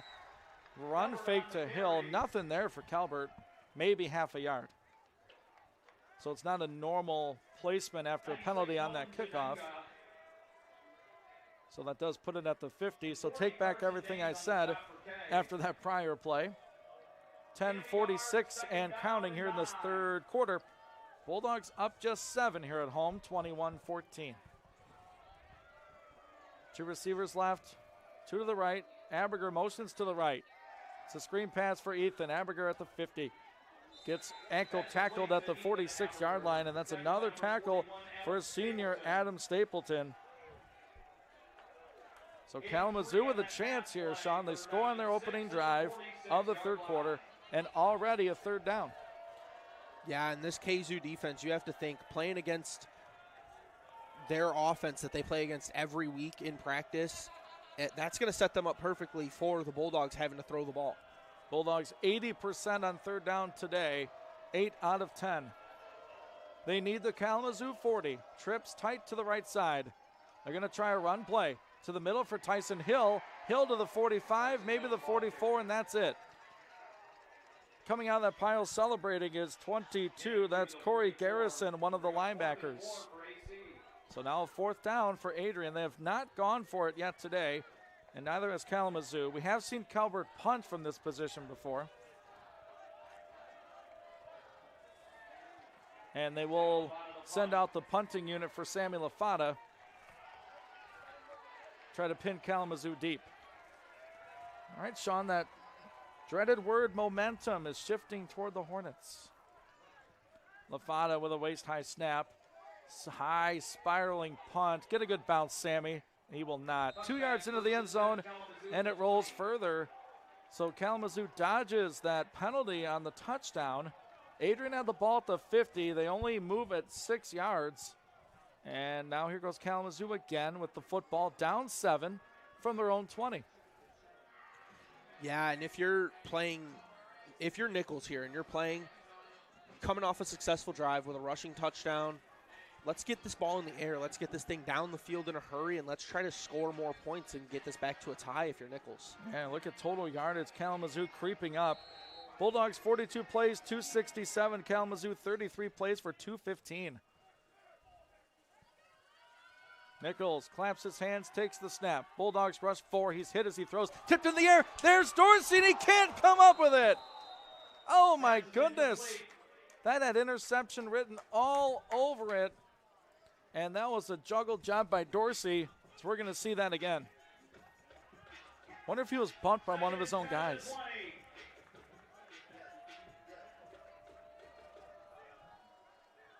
Went off the receiver. Yeah, Brueggemann touched it too. Tried to get in on that one. Here we are live. Tight window throw. Catch made at the 35. Hit by Ashman at the 37.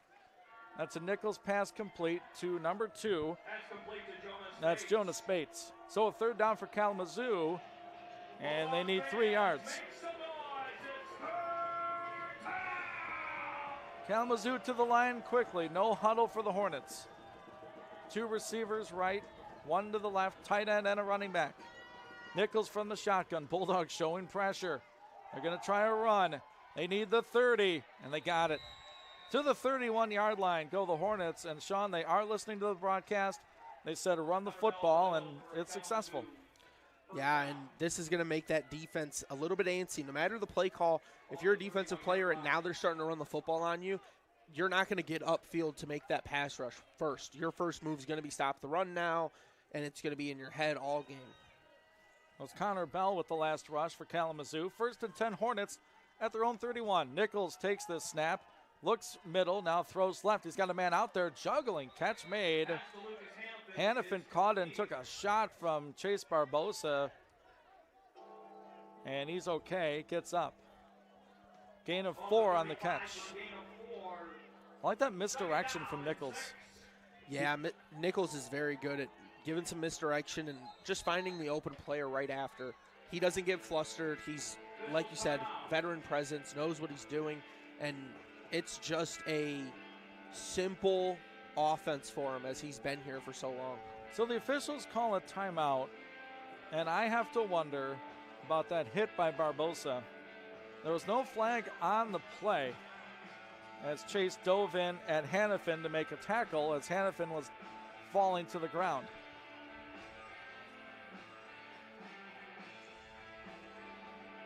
Now they break. Okay, so the conversation was the pass actually caught? They say yes. So a 2nd down and 6 for the Hornets. Moving right to left. 7.5 to go on this beautiful Saturday afternoon in Adrian, Michigan. Josh Nichols will take the snap. Bulldogs rush 4. Broom brings pressure. Now it's Jackson. Nichols lets it fly. One-on-one coverage. Tipped in the air and falls incomplete. Getting a hand on that was Coronas Davis, the freshman defensive back. Kalamazoo tried a shot play there. Yeah, and it looked good at first. As soon as that left his hands, I thought that it had a chance, but he just didn't put enough air under that one. Simple mistake. Likely won't see mistakes like that the rest of this game. And the way this Kalamazoo offense throws the football, we're going to see a lot of secondary players out there, and that's another one, Davis making a play. Of course, you have Dorsey and Blackman as well. Nichols looks right now, throws middle. He's got a man. It's incomplete. He threw it behind his intended target. Wadis Ashman made sure that the Kalamazoo receiver, Jonas Spates, did not catch that ball. Yeah, and Wadis is a force out there. He'll come in, he'll hit you. Another one of those guys. He's that leader for the safety room. He teaches these guys that are under him, just run up, hit someone. Doesn't matter. I just want to hit someone. He tells me all the time. It's just fun to hit. I mean, in the lunchroom, in class, right? I mean, tell me when and where. Everywhere, all the time. No matter where you see him, he loves to hit.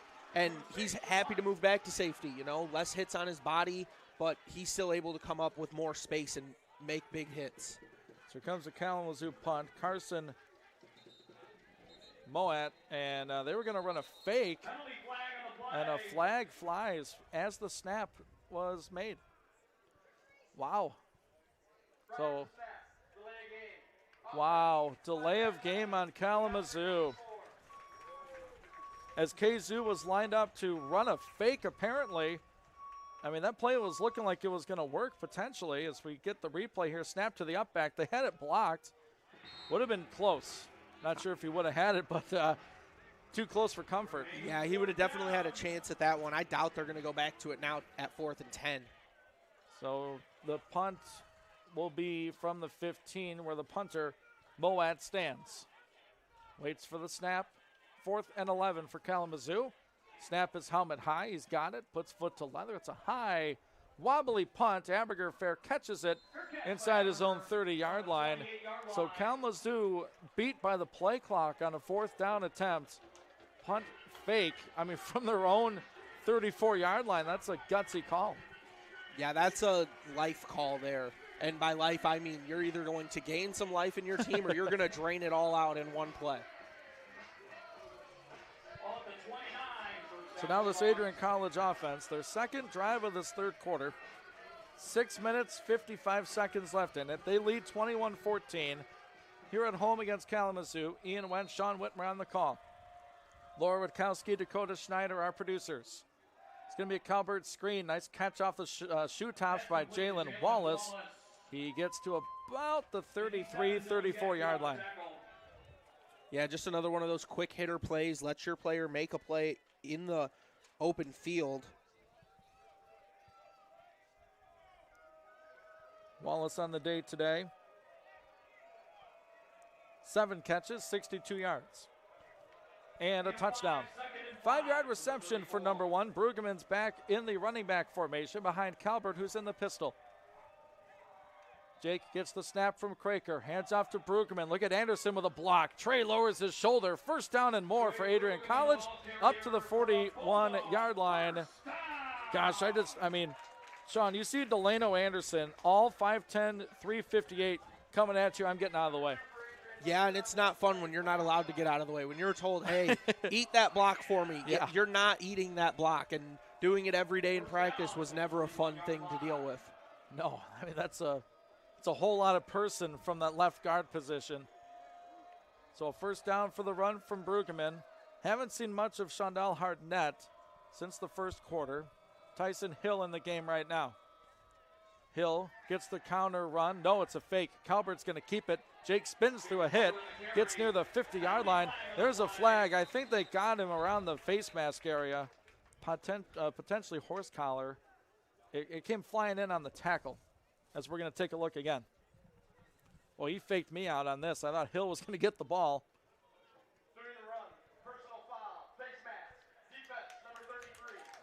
So they're going to get a face mask on Raymond Cargill. And that's going to add 15 to the end of that run. The ball already spotted at the 35 of Kalamazoo. Yeah, and if you're the offensive coaching staff for Adrian, you want to see Calbert start making some slides. He runs through a lot of tackles, and it's caused him to miss some plays. So let's see him, maybe go out there and go practice with the baseball team once or twice, get that slide down. Boykey's got to teach him how to slide. Here's Calbert. He's looking to throw. Goes deep, looking for Whitaker. It's up there, and it's just too far out there. They tried the shot play again to Braden Whitaker, and he's one of the taller receivers. It's probably him and Hunter Bonza standing back-to-back to see who's taller, but Calbert overthrew him just slightly. Yeah, and that's one of those plays that we've seen earlier, and he's missed it twice now.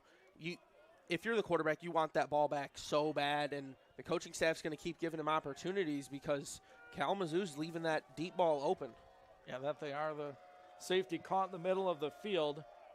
So now we have a 2nd down and 10. Bulldogs up 21-14. Aberger, the man in motion across the formation. It's going to be a run for Pregame. Trey stutter steps, leans ahead down to the 33-yard line is where Trey is. We have a official's timeout as Elliot Craker's helmet got ripped off. So we're going to see the backup center. We got number 50 checking into the game for Adrian College, and that is Caleb Labar, a freshman.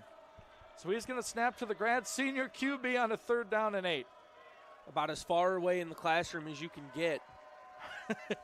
Big play here, 3rd quarter from the Kalamazoo 33. Snap to Calbert. Blocking's there. Wallace is open. Makes the catch. 1st down and more inside the Kalamazoo 20. All right, Labar, you got your play. Wallace, another catch. And how about we give Calbert 1,000 passing yards on the season with that last completion there? I mean, it takes a lot, right, for a guy to transfer down from Division II, consistent starter, comes home in a way to play at Adrian College and put up over 1,000 yards. It's been a pleasure to watch this guy play quarterback. Looking for points here on this drive. 1st and 10 from the 18. Here's Tyson Hill. Hill over the right guard, following Isaiah Simon down inside the 15 to the 13. And that's one of those tempo runs. We're just going to run it right up the middle, down your throat, and see if you can stop it. And so far, Kalamazoo's struggled with those quick hitter power run plays right up in their face. Hill stays in the game at running back, the freshman from Chelsea. 2 receivers to the right. Ben Kolaski and Ethan Aberger, they're going to block for Hill. Hill can't get through the first tackle. Good work by Kalamazoo's secondary. That is, get the number in a second. It's at 33 on the stop. That's Raymond Cargill, the linebacker. Raymond Cargill, number 33 on the stop of the Hornets.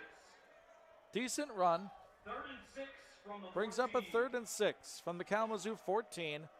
They're in possible field goal range. Sean, there have been struggles in the kicking game, so this might be 4-down territory. Yeah, and you see Aberger over there in the left side slot. A lot of times when he's in the slot in this formation, he likes to come across in that jet motion. Well, we're going to know after this timeout. Big play here. 3rd down for Adrian College on offense. They lead it 21-14, 2:35 left in the 3rd. We'll be right back. You're tuned in to Bulldog Football on the Adrian College Sports Network. Bulldog fans, connect with Adrian College TV on social media to be updated when we're broadcasting live, to see highlights, plays of the week, and much more. Adrian College Television is on Facebook, Instagram, and Twitter. ACTV's handle is at Adrian College TV on every form of social media. Thank you for tuning in and subscribing to the home of the Bulldogs, Adrian College TV.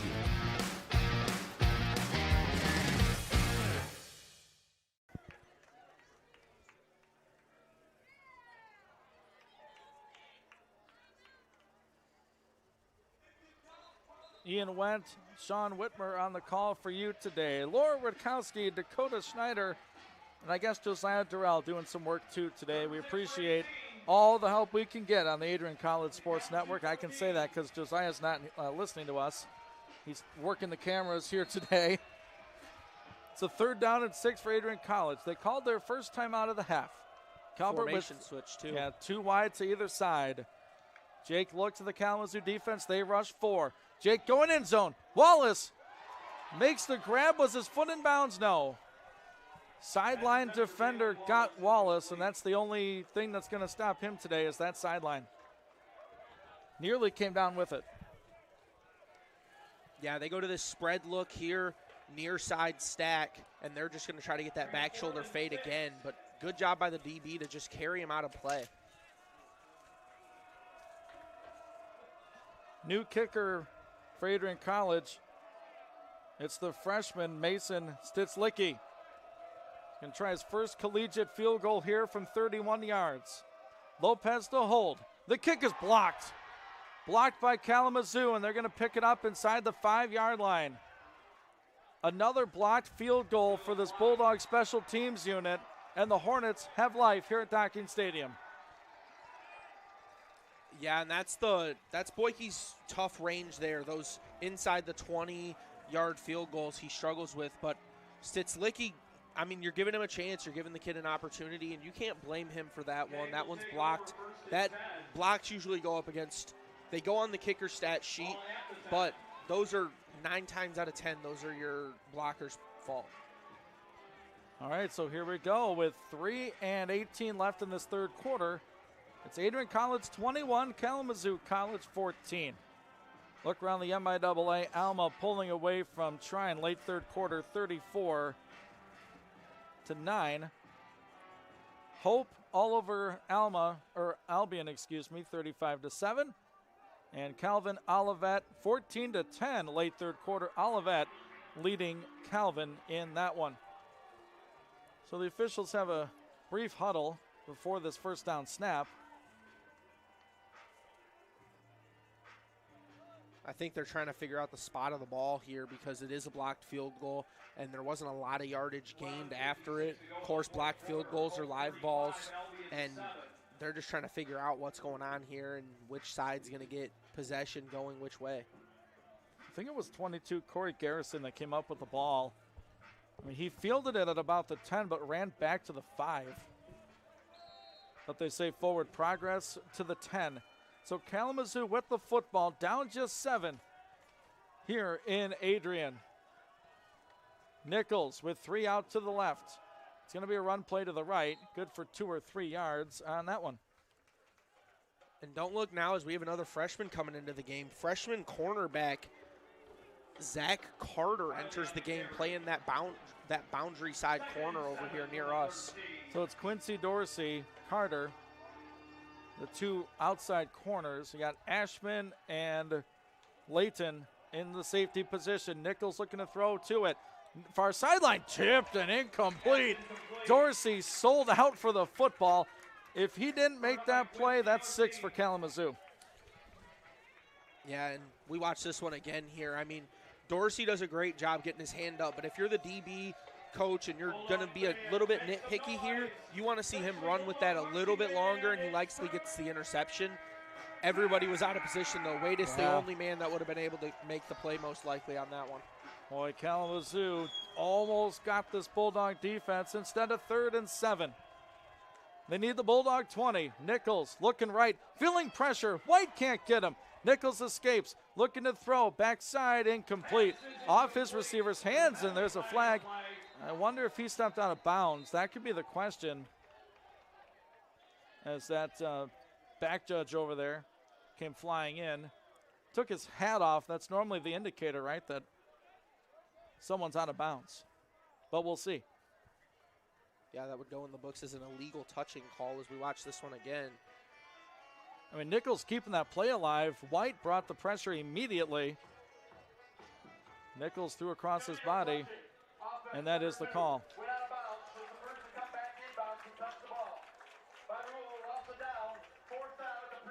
And it will be a 4th down for Kalamazoo, as there's a reason that Carter was in the game, as the athletic training staff was looking at Coronis Davis down on the Bulldog sideline. But nice job by the freshman, taking the place of another freshman.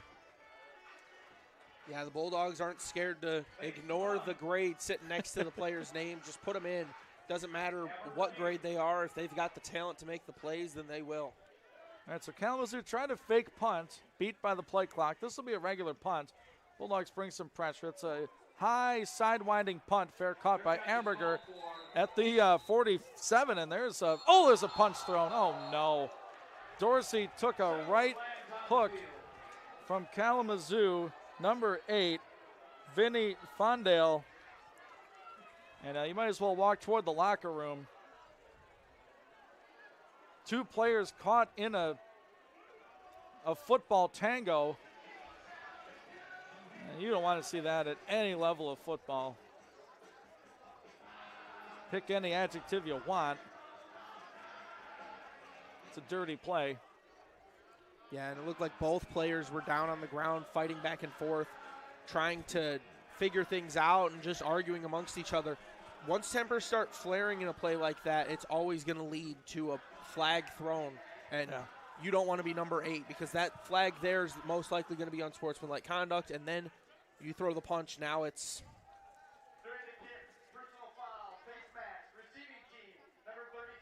so they're going to get Dorsey for a face mask, and then after the play, they're going to get Dorsey for an unsportsmanlike also, and offset. Fondale threw a punch. And folks, we would show you, if you're watching on ACTV, we would show you the replay. It was out of our frame. Our top cam was following the football, didn't capture the play, so we can't give you the replay. And gosh, so the face mask on Dorsey, offsetting personal fouls, back the Bulldogs up 15 from the spot of that punt return. Yeah, and you're going to see, we heard back-to-back unsportsmans canceling each other out. Now, obviously, you want to hear a third unsportsmanlike back to number 8, giving him 2 unsportsmans on the call. But most reffing crews aren't going to do that. They're just going to do the normal unsportsman, and the MIAA will then look to see if number 8 should be suspended for a game. Well, throw a punch, I don't know. That's all I'm going to say. But Adrian has the football, still okay field position. Calvert's going to throw out of this. Flag immediately. Wallace with a catch. And the Yellow Hankies raining down here late third quarter with 1:27. It's either alignment on Adrian or an offside on Kalamazoo. It came out right away. And there it is, formation.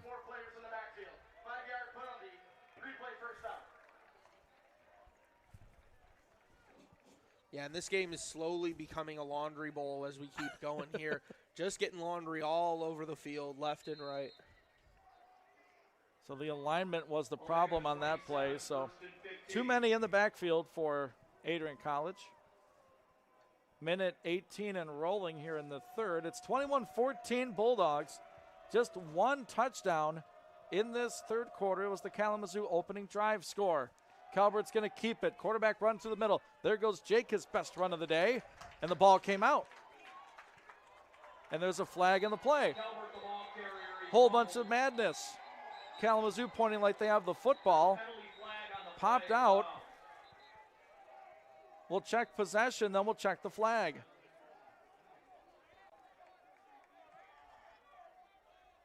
I'm not seeing any indication of direction.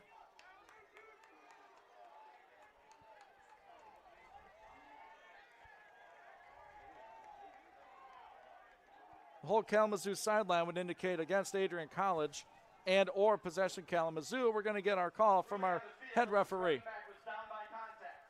So down by contact is the call. But they're going to get Adrian for a holding. And they're going to grab Matt Hall, the starting right tackle, for a hold. So wipe out Calvert's best run. Turns a 1st and 15 into 1st and 25. And the Bulldogs are going the wrong way. Yeah, they're playing backwards right now, and they need to get something going in a hurry. Try to get a chunk play here to eat into this 25 yards. So final minute of our third quarter, 21-14, Adrian out in front. Led this game 21-7 at half. Calvert, he's going to hand off to his running back. There's some room over the left side. There goes Hardnett. Gets that penalty yardage back and more That's going to be a second down and long, but it could be a whole lot worse. Good blocking on that left side. Bryce Keller and Delano Anderson. Yeah, and like you said, got the penalty yardage back. He got both penalty yardages back as they're going to be inside 10 now, 2nd and 8. Great run, good blocking by the Bulldog front. 55 degrees and sunny here in Adrian. That's going to do it for our third quarter of play. We got a good one in the MIAA. The 5-2 Bulldogs, the 4-3 Hornets, the fourth quarter when we come back. This is Adrian College Bulldog football on the Adrian College Sports Network. The Adrian College Media Production House provides opportunities for students to learn and grow live on the airwaves, just like Matt Kibbe. I've gotten a chance to create a relationship with coaches and teams and learn more from people instead of trying to teach myself something. Gotten an opportunity to expand my knowledge of sports, hone in on my skills as a broadcaster, and learn about equipment in different ways. You get more of a connection with professors as well. Providing opportunities, growing leadership. The Adrian College Media Production House. Thanks for tuning in. Back on the Adrian College Sports Network, MIAA football. Ian Wentz, Sean Whitmer on the call with you. It's Adrian and Kalamazoo, a rivalry that dates back to the mid-1950s when Kalamazoo joined the league. And here we are, 21-14 as we begin our fourth quarter. Bulldogs with the football with the second down and 8. They will now be driving from right to left. Notable, that's where the sun is hanging out today, so could be another factor as we move along here today. Yeah, and as you mentioned, this matchup's been going on since the mid-1950s. Bulldogs actually favored in this matchup 43-21 with one tie. Here's going to be another run. Good room up near the first down yardage. Nice scamper and run. It's going to be near the line to gain by Derek Price. It's going to be a yard short. First run for Price today, and he's going to head to the bench quickly. Looking at his hand, I think. So it's going to be a third down. They need another running back. So here goes Hardnett into the lineup. Now it's Anthony Greer and Sal Paterno. Talk about a deep running back room. Sal Paterno, a grad student. He's in there now. 5 on the play clock for Calvert. Third down and inches from their own 41. Jake gives to Ethan Aberger. Aberger's got the first down into his own bench. The first down for AC, and Ethan moves the chains. Yeah, that's another one of those jet motions there. That one was set up, almost designed perfectly for that powerful run off that sideline there. So we see that nice blocking out on the edge, giving Aberger that first down. And Sean, you got to be confident in that call. You're running laterally, and you only need a yard. Old school football savants don't like that kind of play, but it worked. Here goes Brueggemann through the middle, grabbed up high and thrown down after about 3.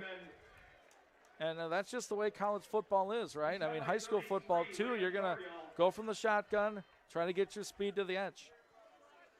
And then you bring in Brueggemann for that kind of run.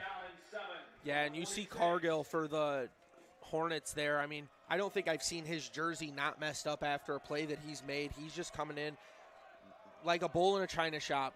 No, just playing with selfless abandonment. 4 out in the pattern. Calvert throws far side, missed a tackle. Aberger on the catch and run. That's good for 3, maybe 4, near the 50-yard line. Nice catch and avoiding that first hit. Leading receiver is Aberger today, approaching 100 yards. He's at 94 yards today. Jalen Wallace with the most catches. He does have the touchdown today. It's a third down and 3 for Adrian College right at the 50. Right on top of Bruiser's forehead, painted on the field here at Docking Stadium. 12.5 to go, fourth quarter. Bulldogs by 7. Calvert looking to the sideline. He's looking at Wallace. We'll see what they do. We'll send a man in motion, Aberger. That's going to be a illegal motion, but Aberger's going to grab a first down. As 2 were in motion at once is what the officials are going to say. It's another pre-snap penalty for the Dogs. Illegal shift. Too much movement. I think it was the running back and Aberger moved at the same time. We're going to take another look at it. Yeah, and the Bulldogs love to run that motion in this formation with that wing tight end. Just send the man in motion. But, yeah, both players moving at the same time. You just can't have that. Now, you can move around to change the formation, but then you both have to reset. Not sure who that's on. If it was Hardnett or Aberger, if Ethan should have waited or Hardnett shouldn't have moved. But nonetheless, it takes a 3rd and short to a 3rd and 8. Back to the 45-yard line. Calbert, run fake. Jake rolls left, wants to throw. Going deep for Aberger, and it goes right in and out of his hands at the Kalamazoo 25. Had Aberger by half a step, and he just couldn't reel it in. Yeah, that's a perfect formation there to run the play action out of, as it looks like it's a perfect run set for him, and it's going to be a nice play fake, rolling, and just a quick pass. Of course, left-handed quarterback making that pass easy. It's off the fingertips of Aberger. A little bit of a deeper throw for him, just out of reach for most players. Aberger's athletic enough, he's got to haul that one in. It's like an X look, right? Inside guy goes out, outside guy goes in. LaFada just gets this punt away, and a great Bulldog bounce inside the 10. It's going to be checked up right there. Touchdown by Brett Allen. So Kalamazoo with 90 yards to go, 90-plus yards. They've done that before today. 11:42 left in the 4th. Kalamazoo with the ball down 7. Yeah, and we'll see if they can get something going here for Nichols. They need to get him rolling in a hurry and get this offense scoring. Kalamazoo QB with 17 completions, 28 attempts, 212 yards, and a touchdown. He has been sacked 3 times. His leading receiver is Lucas Hannafin, 5 catches, 53 yards. And they operate now from their own 8-yard line. 1st and 10 Hornets. Nichols looks, quick pass, throws. It's nearly intercepted. Oh, right there was the Bulldog linebacker. I think it was Chase Barbosa. It was. That's a scary pass. Yeah, and as you mentioned, 3 sacks on the day against Nichols. None in the second half, however, as they've done a good job at blocking up these Bulldog edge rushers. Boy, nearly 6 the other way for Barbosa. 2nd and 10 for Kalamazoo. They try a run. They get a couple, as that's Connor Bell, the junior, listed at 5'10", 200 pounds. So a 3rd down already for Kalamazoo. 40% this afternoon. 4 out of 10 for the Hornets, as Coach Joe Palco looks on, hoping his defense can get off the field. Give his offense the ball back here. They scrimmage from the 9. It's a 3rd and 9 for Nichols, who's in the gun. Nichols feels pressure right away, and he won't escape. And he's sacked inside the 5. Dogs got in there in a hurry. That's Randall Broom. Look at that. We hear some broom from the fans here at Docking Stadium. Yeah, and Broom plays the inside so well. He can eat up double teams, but if you don't double team him, you just made a mistake, and that's exactly what happened. He has one of the quickest first steps in that defensive line room. He beat C.J. Eldred off the ball. 6'4", 315 junior Randall Broom just pushed him aside. Here's a punt that's not a good one. Into the Kalamazoo bench. It's going to be great field position for this offense. So, Sean, we're looking at the defensive performances today. The Bulldogs gave up a long touchdown drive, a long touchdown pass, but otherwise they've done a pretty good job today. Not perfect, but a pretty good job. Yeah, no, they've done a great job all day just playing solid, fundamental football at the end of the day. I mean, 21-14, this is a Bulldog-type game. This is what you want to see out of your team that likes to play good defense. And a program that's prided itself on defense. We'd like their offense to punch one in here. 10:19 to go, 4th quarter. Calbert to throw. Catch made on the outside. And the reception made by Brady Raymond gets to the 19-yard line. 1st down, Dogs. First catch for Raymond today. And to the naked eye, that looks like the formation they've gone to a lot with Abiger in the slot, and then they send him in motion. But Abiger was actually so far out wide in the slot that time, it almost gave away the fact that he wouldn't be coming in motion. So an 11-yard catch and run. Raymond from Calvert. Jake's going to take, give to Hardnett. Hardnett hits a couple of Hornets as he crosses the 16. Tackled right there. Good rush. Really, for the most part, I think the offenses have done a pretty good job in the second half running the football. Yeah, both offenses have really turned up that run game, and it's been a big deal for Kalamazoo, as that's what's helped them get their offense rolling in a way and keep Nichols clean outside of that last offensive play for the Hornets. 2nd and 7. It's going to be Hardnett again, and boy, the Kalamazoo defense right there to wrap him up. That's another tackle for Dylan Gaki. Beat his block, made a tackle in the backfield. Under 9 to go in this fourth quarter.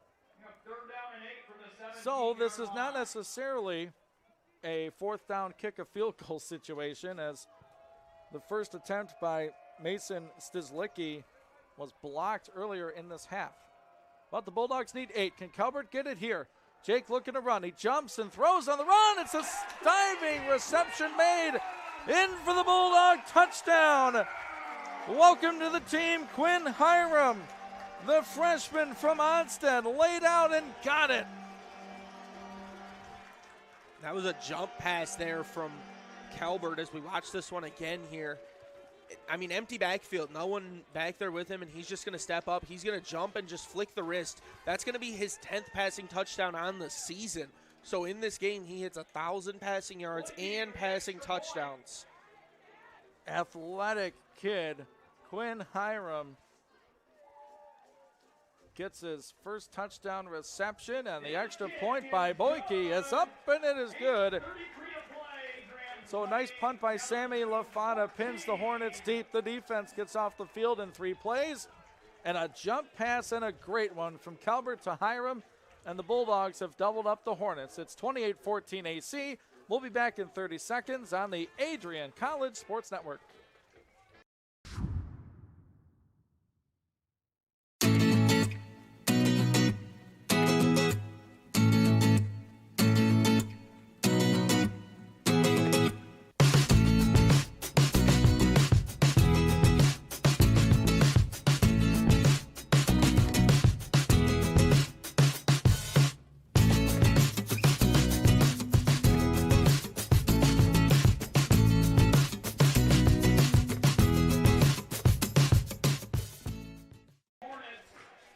Welcome back on the Adrian College Sports Network. Hail Adrian, followed by Pump It Up, as Quinn Hiram makes a diving reception for the touchdown from Jake Calvert. A jump pass from 16 yards away on a 3rd down and long. Ian Wentz, Sean Whitmer with you on the Adrian College Sports Network. It's now Adrian 28, Kalamazoo 14. Jack Boyke to kick off. Into the sun and into a mild breeze. It's a high returnable kick. Stumbled with it at the 7. Room to the 20. Now to the 25. Looking for the edge. Gets near the 30 and taken down by a pack of Bulldogs. Was Tyler Houle. And hang on, folks. There's a flag behind the play. Again. Yeah, and while we await that flag, that wasn't just Hiram's first catch on the season. It was his first touchdown and his first catch in one play. I mean, just an athletic kid. Lenawee County product.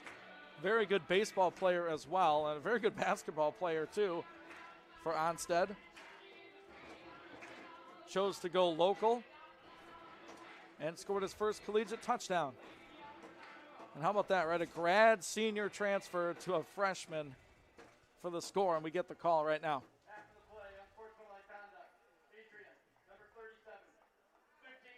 So unsportsmanlike on the Bulldogs. He said 37.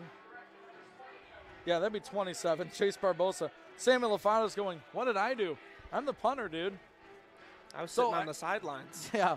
What I'm guessing happened there was he thought he got held on the return and did something. But that's something Chase is going to have to learn to control during his collegiate career. He's a very good linebacker. He's drawn a number of flags this season that could end up hurting his team. And that's a big 15 yards. So Josh Nichols, a Kalamazoo great quarterback, leading statistically in just about every category he could.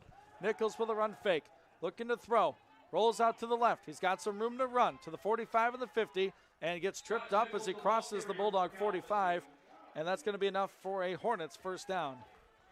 Yeah, and you talk about him making that just bad play there. Barbosa messes up, makes a mistake.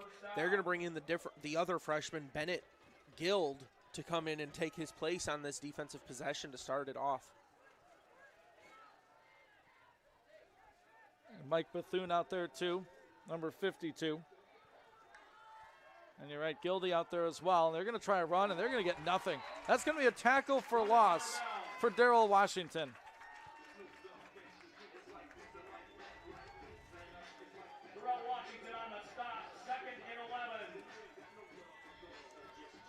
So a loss on the run. 11 yards to go. Kalamazoo to the line. 7:30 to go. 28-14 Bulldogs. Two receivers right, one left. Tight end and a running back in formation. Nichols sprinting out to the right.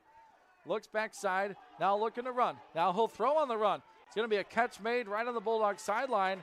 And a big hit at the 20 as Ashman came flying in. Whistles everywhere. And there was a flag on the play.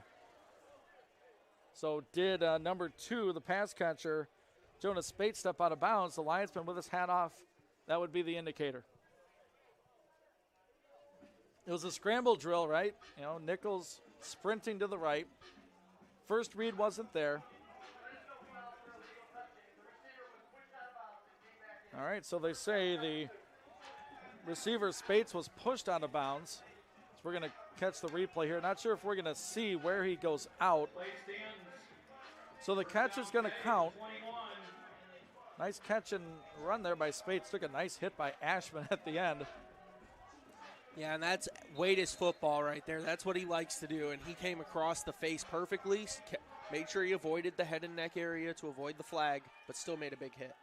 Trips lined up to the left, tight to the line of scrimmage. It's going to be a little reverse action. Read like a book. There's Mike White again in the backfield. Big play, Mike White.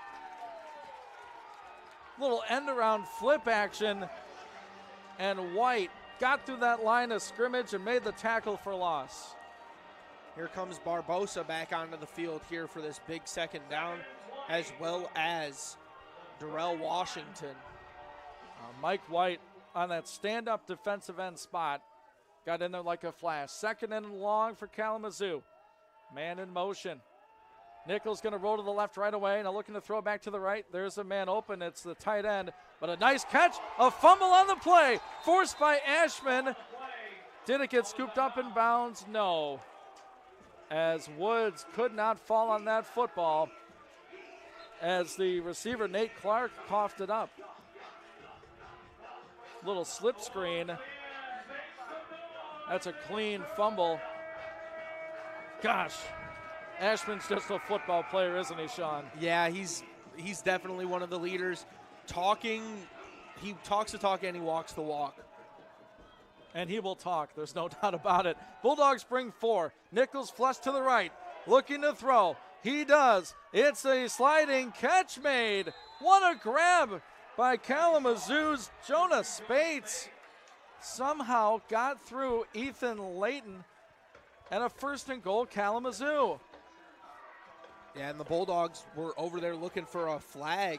Looked like they wanted a holding call near the line of scrimmage. As you look, the right tackle just drags down one of the D linemen. But that's a perfect ball, perfect catch right there on the goal line. So first and goal for Kalamazoo from the Bulldog 1. They go unbalanced line to the right side. Nichols from the gun. Dogs bring pressure, and they're in the backfield in a hurry. Lost a couple of yards. Connor Bell nowhere to go. Yeah, and that's one thing you see with this Bulldog team often. If they feel like there was a missed call on the play, that D-line fires up and they rally around each other. And a lot of times when a missed call that they feel they should have received doesn't get called, that next play, they're in the backfield in a hurry. So a 2nd and goal for Kalamazoo from the Adrian College 4. Nichols sprinting to the left. Looking end zone, throws backside, and the umpire got in the way. Falls incomplete. Not sure if it actually hit the gentleman wearing black and white stripes, as the intended receiver was Jonas Spates. And we're going to look at that again. Trying that sprint to the left, backside throw. No, I mean, he bumped into the official, but couldn't quite adjust to that football. So a 3rd and goal now for Kalamazoo. 4:25 to go, 4th quarter. Bulldogs up 14. Nichols from the gun. Claps his hands, takes the snap. Run fake, throws right side, batted down. There's a flag. Flag on the play. The freshman in coverage, that's Zach Carter. I don't know. Both players turned around. So we're going to get at least one look at this one up here in the booth. As Nichols, run fake, looking right all the way. Looks like Carter may have grabbed the arm and tugged just a little bit more. Yeah, they're going to get him for a hold. Bulldog fans don't like that call, and the holding will result in a 1st down and goal, half the distance. So Carter's going to come out. Coronas Davis back in, and Davis kind of hobbled in the 2nd half, dealing with some sort of injury. So Kalamazoo with the 1st and goal from the 2. Nichols lined up in the gun. His running back, Connor Bell, shifts into the backfield with him. 2 wide out to the left, 1 to the right. Bell's going to get the carry, lowers the shoulder, and he's close to the goal line, and one official says down short, and the near side says in for the Kalamazoo score. So give it to Bell. He pounds it in from a couple yards away. We got a brand new ball game, 28-20. Adrian College still out in front.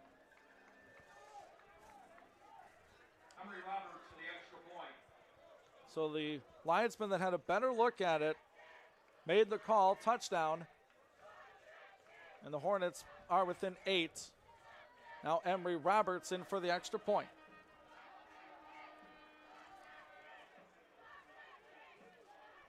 Now we're set to go.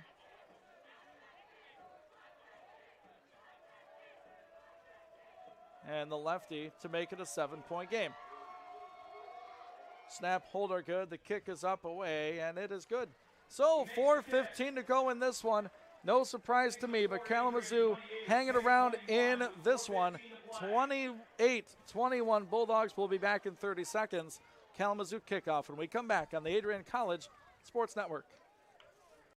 Adrian College is a pinpoint like no other. With our 77 undergraduate degrees, 47 majors, and 21 broad fields of study, Adrian has a one-of-a-kind, hands-on learning experience for everyone. Do you want to visit the campus of Adrian College in person? Visit adrian.edu/campus-visit. Again, that's adrian.edu/campus-visit. Come take in the beautiful facilities at Adrian College for yourself.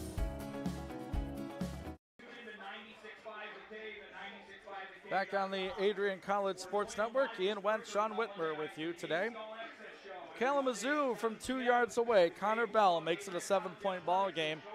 And KZoo averaging just under 28 points per game. Bulldogs average about 30. So this score is just about the season average. Big possession coming up for the Dogs offensively. 4:15 to go, 4th quarter, 28-21. Wouldn't be surprised to see a non-traditional kick here with 4 minutes to play. Bulldogs played the ball well. Roberts with the kickoff. Returnable there for Pregame at the 5. Quickly to the 20. Stutter steps at the 25. Up to the 30, about the 32-yard line. So nice kick return by the freshman from Bedford. 1st and 10 Dogs at about the 31. Yeah, and I don't think a lot of colleges can say that one of their best kick returners is also their starting linebacker. Most of the time it's a defensive back or a running back, but when you can put your starting linebacker back there and just say, hey, get us, 30 yards or so, and he has no issue doing it, that's a very good luxury to have. Plenty of offense today. Bulldogs 61 plays, 372 yards. Kalamazoo 55 plays, 282.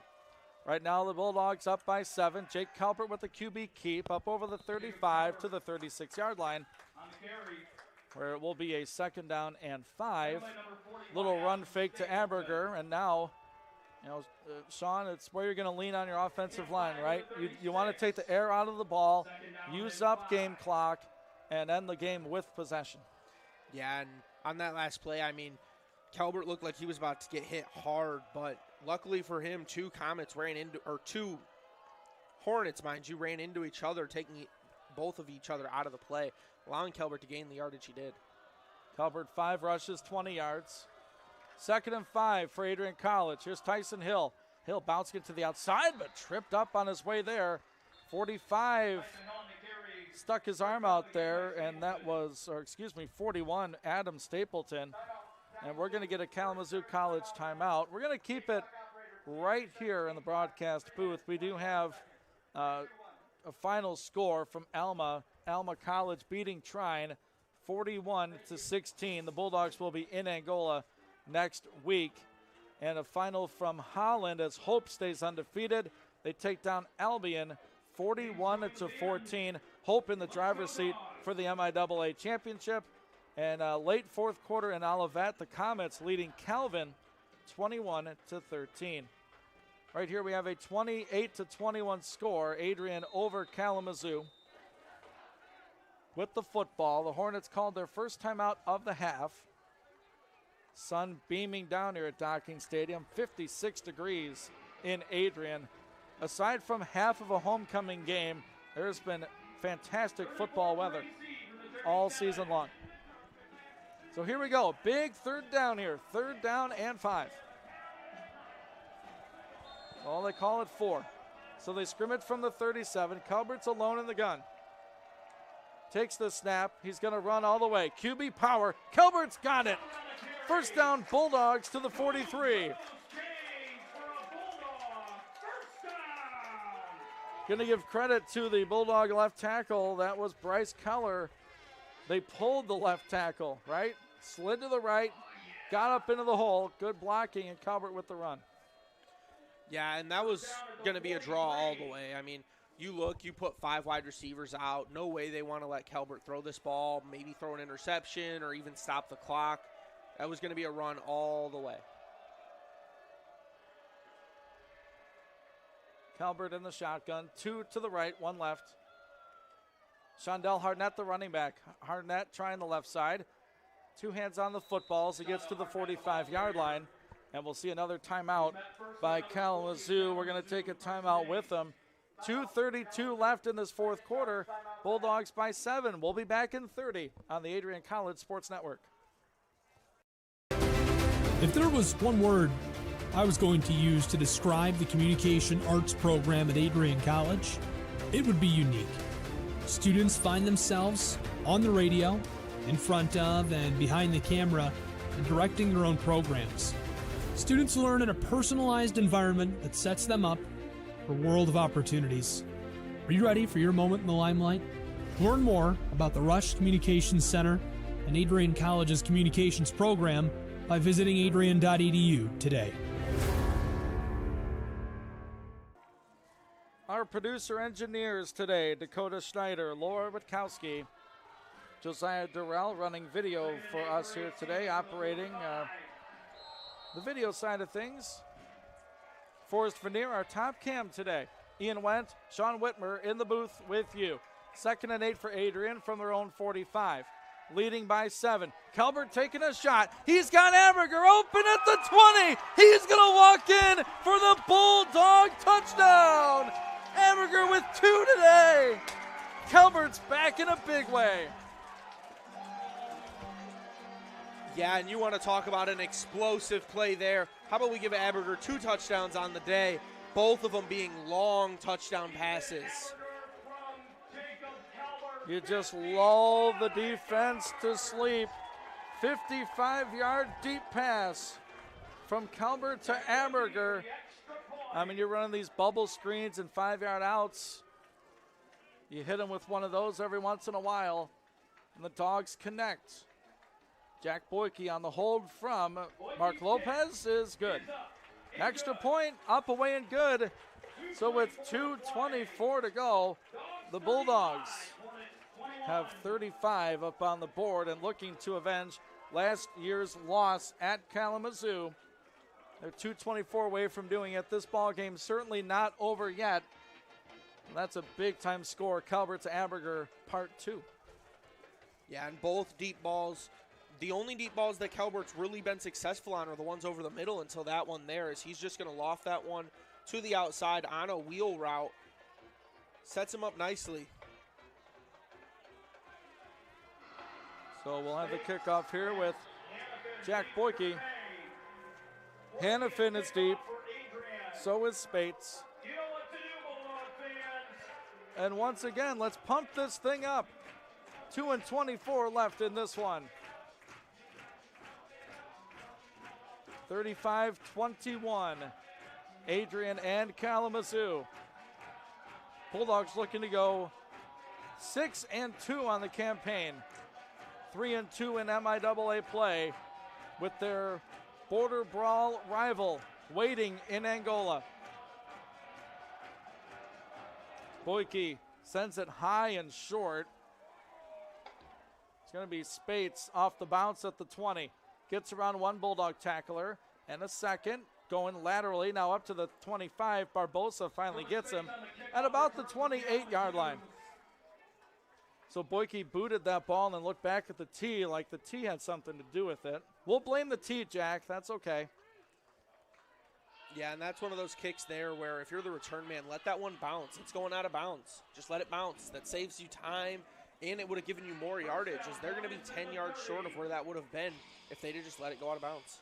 Now they mark it officially at the 30-yard line. Bulldogs up by 2 scores.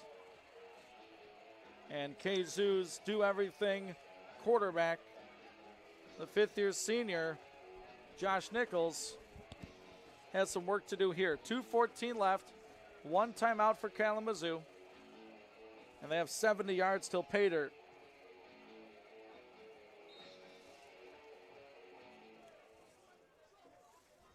He's going to line up in the shotgun. 3 receivers right, 1 left.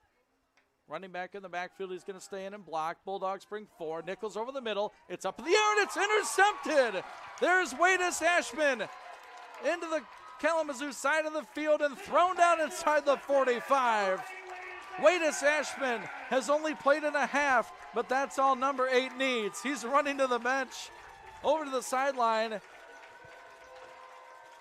Picture time for number 8. And that's a great play there on the ball. I mean, first interception, first real mistake by Nichols. As we watch this one again here, Nichols stared down his target the whole play. I mean, he looks at him, he tries to look away, but he throws that one into double coverage, and Wadis is going to catch that ball every time. You cannot make that mistake if you are Nichols, down 14 points. That's the one thing that I think this defense was really missing, is a turnover. They've done a nice job this year intercepting passes, causing fumbles, and Coach Ron Shields has to like that from his safety. Yeah, and they had a couple chances today, right, at making those interceptions happen, and they just couldn't come away with any of them. But Wadis is going to get that one for you. That's right. They've had a couple of opportunities, and here's the freshman Hill on the rush. Gets about 3 to the Kalamazoo 40. Or was that hard net? I switched to sunglasses, so I'm going to blame the shades. Yeah, it was Hill. Gotcha, JK. 2-minute timeout here at Docking Stadium. 1:57 to go in this one. Dogs up 14. We'll be back in 30 seconds. Adrian College is looking for leaders, student athletes with the tenacity to keep the Bulldogs at the top, the forefront, in and out of the classroom. The Bulldogs are looking for talent, Character, hard work, grit. Leaders who can electrify sold-out crowds. Got out a last-line shift. Will their team to victory. Hit a grand slam in the bottom of the ninth and be a part of a legend in the making. Think you have what it takes to become a Bulldog? Visit adrian.edu to learn more.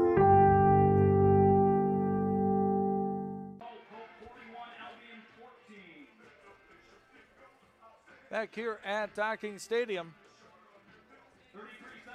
Bulldogs with the interception from their senior safety, Wadis Ashman, have all but put the icing on the cake.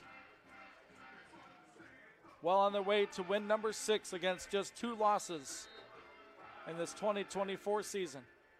Calbert is in the shotgun. He's going to hand off to Tyson Hill. Hill to the sideline. Hill with the first down and a little bit more as he scampers out of bounds. And that might just do it, Sean, with 1:51 left. Yeah, I mean, you would have preferred him to stay in bounds there, but at the end of the day, with only 1 timeout remaining for Kalamazoo, it's going to put a cap on this game either way. Couple of out-of-town finals. Hope beats Albion 41-14 as the Flying Dutchmen are on their way to a conference title. They stay undefeated. Alma, nice win over Trine, 41-16 up in Alma. And moments away from a final in Olivet. Get to that in a moment. It's another run for Hill. Hill dancing through the line to the left side. Good for about 6 or 7. One of his better days. Kalamazoo is actually going to use their final timeout. Can't take him back with you. So with 1:41 left, they're going to use it. Final 30 seconds in Olivet. 33 seconds left. So they got a close one there, 21-13. Calvin looking for their first win of the season in the MIAA. Fans, be sure to download the AC Athletics app on your smartphone device. Fans can select their favorite teams and receive notifications on all the latest news, scores, and stats across all the athletic teams on campus. So a big return for Jake Calbert for Adrian College. He is 20 of 28, 270 yards and 4 passing touchdowns. Yeah, he's back in a big way. A career day for Ethan Aberger. 7 receptions, 150 yards, and a touchdown today. And Jalen Wallace, 9 catches, 82 yards. That's just what Jalen does. Leading rusher is Trey Brueggemann, 9 carries, 62 yards. But the man with the most carries had it right there, Tyson Hill. 16 attempts for Tyson. He has 52 yards today. So this will bring up a 3rd down for the Bulldog offense. Be tough to select the player of the game. That's why I have Sean in the booth to figure that one out. It'll be hard not to give it to Calbert, but then you look at Aberger's huge day.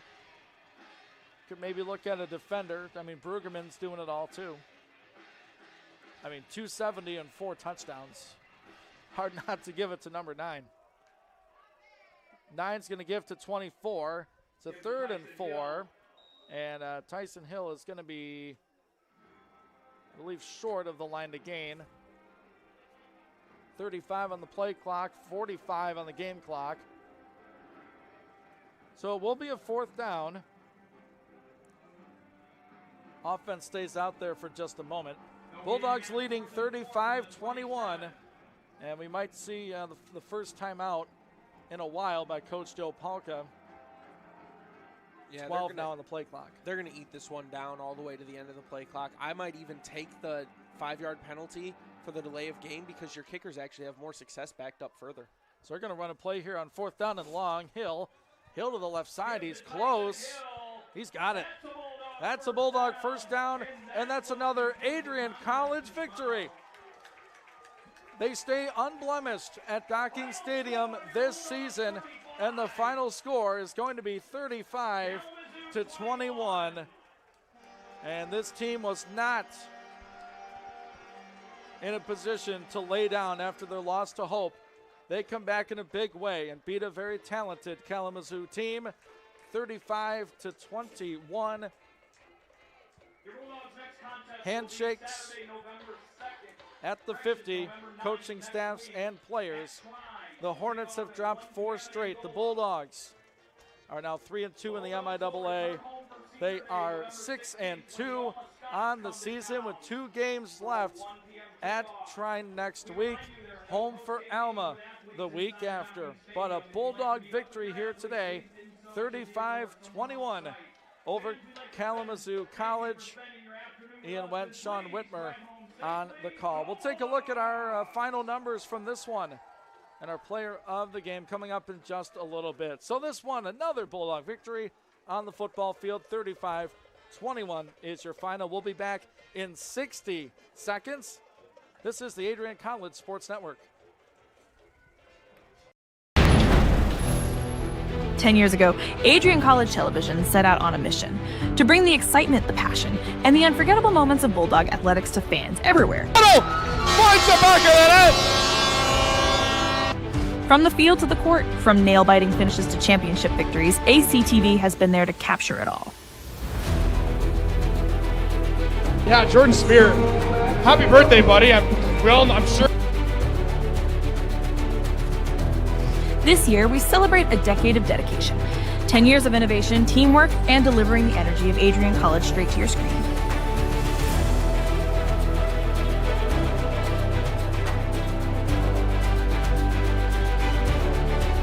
Here's to the next chapter of ACTV, because at Adrian College, the story is just beginning.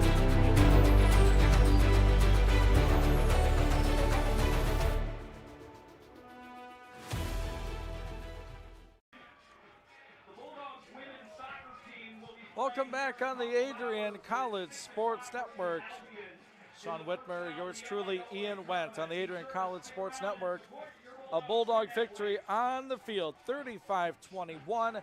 A monster game from Bulldog quarterback Jake Calvert, and an equally impressive performance by his wide receiver, Ethan Aberger, up over 100 yards, receiving 150 on the nose.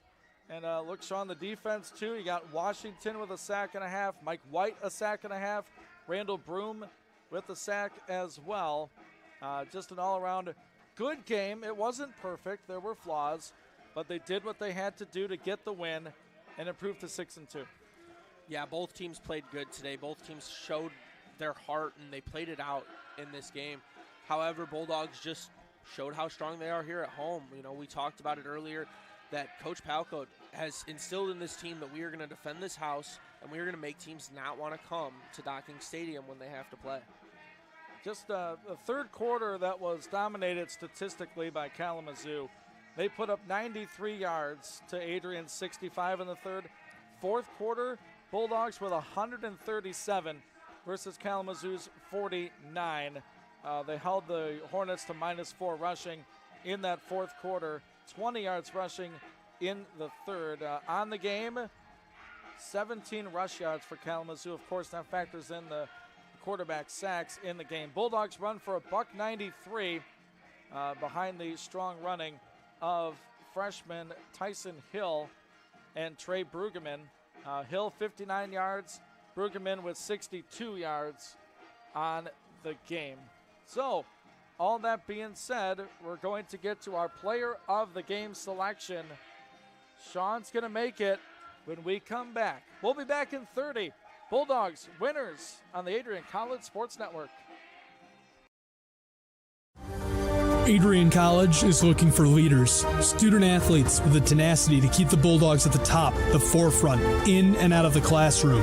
The Bulldogs are looking for talent, character, hard work, grit, leaders who can electrify sold-out crowds, gut out a last-line shift, will their team to victory, hit a grand slam in the bottom of the ninth, and be a part of a legend in the making. Think you have what it takes to become a Bulldog? Visit adrian.edu to learn more.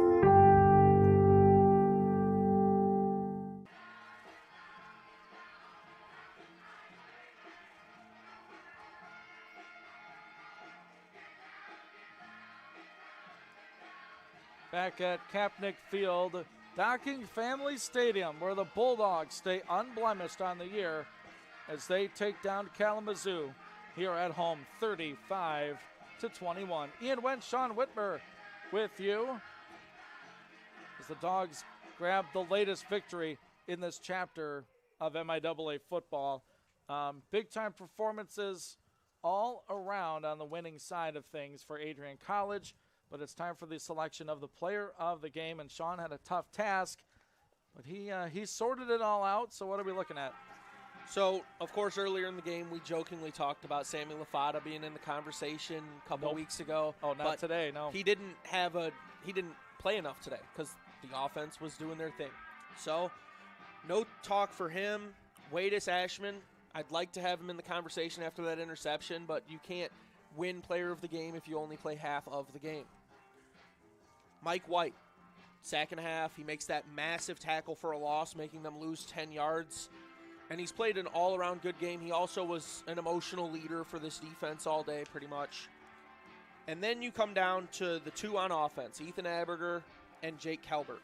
Well, Aberger, he had the drop. He had the muffed punt return, made some mistakes, had a great game.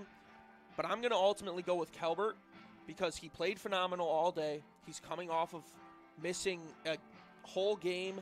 And then as well as coming into this week, we didn't even know if he would play. So he gets feet to the fire, and he ran with it. He had a great game, and he ended up going 20 for 28 with 0 interceptions, 270 yards, 4 touchdowns, and a long of a 67-yard pass that went to Aberger. But at the end of the day, you have to go with the player that when you're coming back, and that's always a tough task. But we didn't see Heidi all day today because Kelbert came out and he played his heart out for this team. He ran the ball well, and he threw the ball even better. Yeah, and maybe the throw of the game was that jump pass touchdown to Quinn Hiram, the first for the freshman from Onstead. He made a great catch, but Heidi did a good job. And Kelbert, as we've mentioned, it's just a different kind of offense. The threat to run as your QB and scramble just add something different. Heidi did what a backup should do, right? He went in, did a good job, didn't lose his team that game against Hope. I think that's a different animal this year. A lot of QBs look like that against Hope. But I like the way that they bounced back offensively. They put up 35 after being held off the score sheet last week. Kalamazoo is just a gritty football team. They took Albion to the wire 28-23 last week. I'm sure they felt like they could come in and get this win. But in the end, Adrian made big plays when they needed to, and it was their quarterback, Jake Kelbert. We were talking during the break. He said, here's my 1 and my 1A, 1B kind of deal. I didn't factor in Aberger's muffed punt. I think, 7 catches, $150. That's a darn good performance. I don't know that he's going to do that again in his career, but when you talk about playing nearly a perfect football game, I think it's Jake Kelbert. So he is certainly deserving of our player of the game.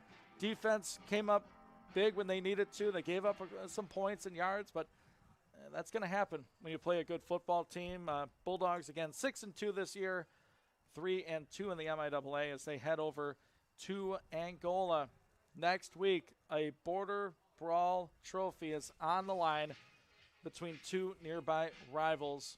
I'll be on the call with that one.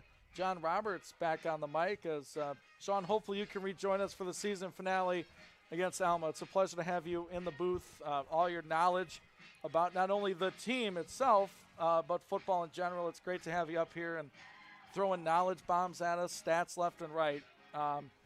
Good game all around, and congrats to our player of the game. Final thoughts before we say goodbye. Finished score sitting at 35-21, but the game really felt closer than that all game. It felt like Kalamazoo was just a couple plays away from really turning things around. And like you said, third quarter, they had things going their way. But the Bulldogs do a good job at swinging that momentum back in their favor for the fourth quarter, and it's going to end in a Bulldog win. 5-0 at home. Yeah, that's fantastic. All right, quick scores around the MIAA. Finals from Alma. The Scots beat Trine University 41-16. Olivet hangs on for the win against Calvin 21-13 up in Olivet. Hope stranglehold of the MIAA as they stay unbeaten. They take down Albion 41-14 at home. And here at Docking Family Stadium, the Bulldogs winners 35-21. I'd like to thank our crew today for making this broadcast possible. on the video and the audio side. We have Laura Witkowski, we have Dakota Schneider, Josiah Durrell, and all of our wonderful crew, Forrest Vernier, running our top cam today. So, for Sean Whitmer on the call, for all of you listening, Bulldog fans, and however you may be tuned in to the Adrian College Sports Network, we thank you for your support. Back at it next week, 1 o'clock against Trine. That broadcast will be exclusively on 103.9 WLEN. So that's going to do it for us. Bulldogs winners, 35-21. You've been tuned in to Bulldog football on the Adrian College Sports Network.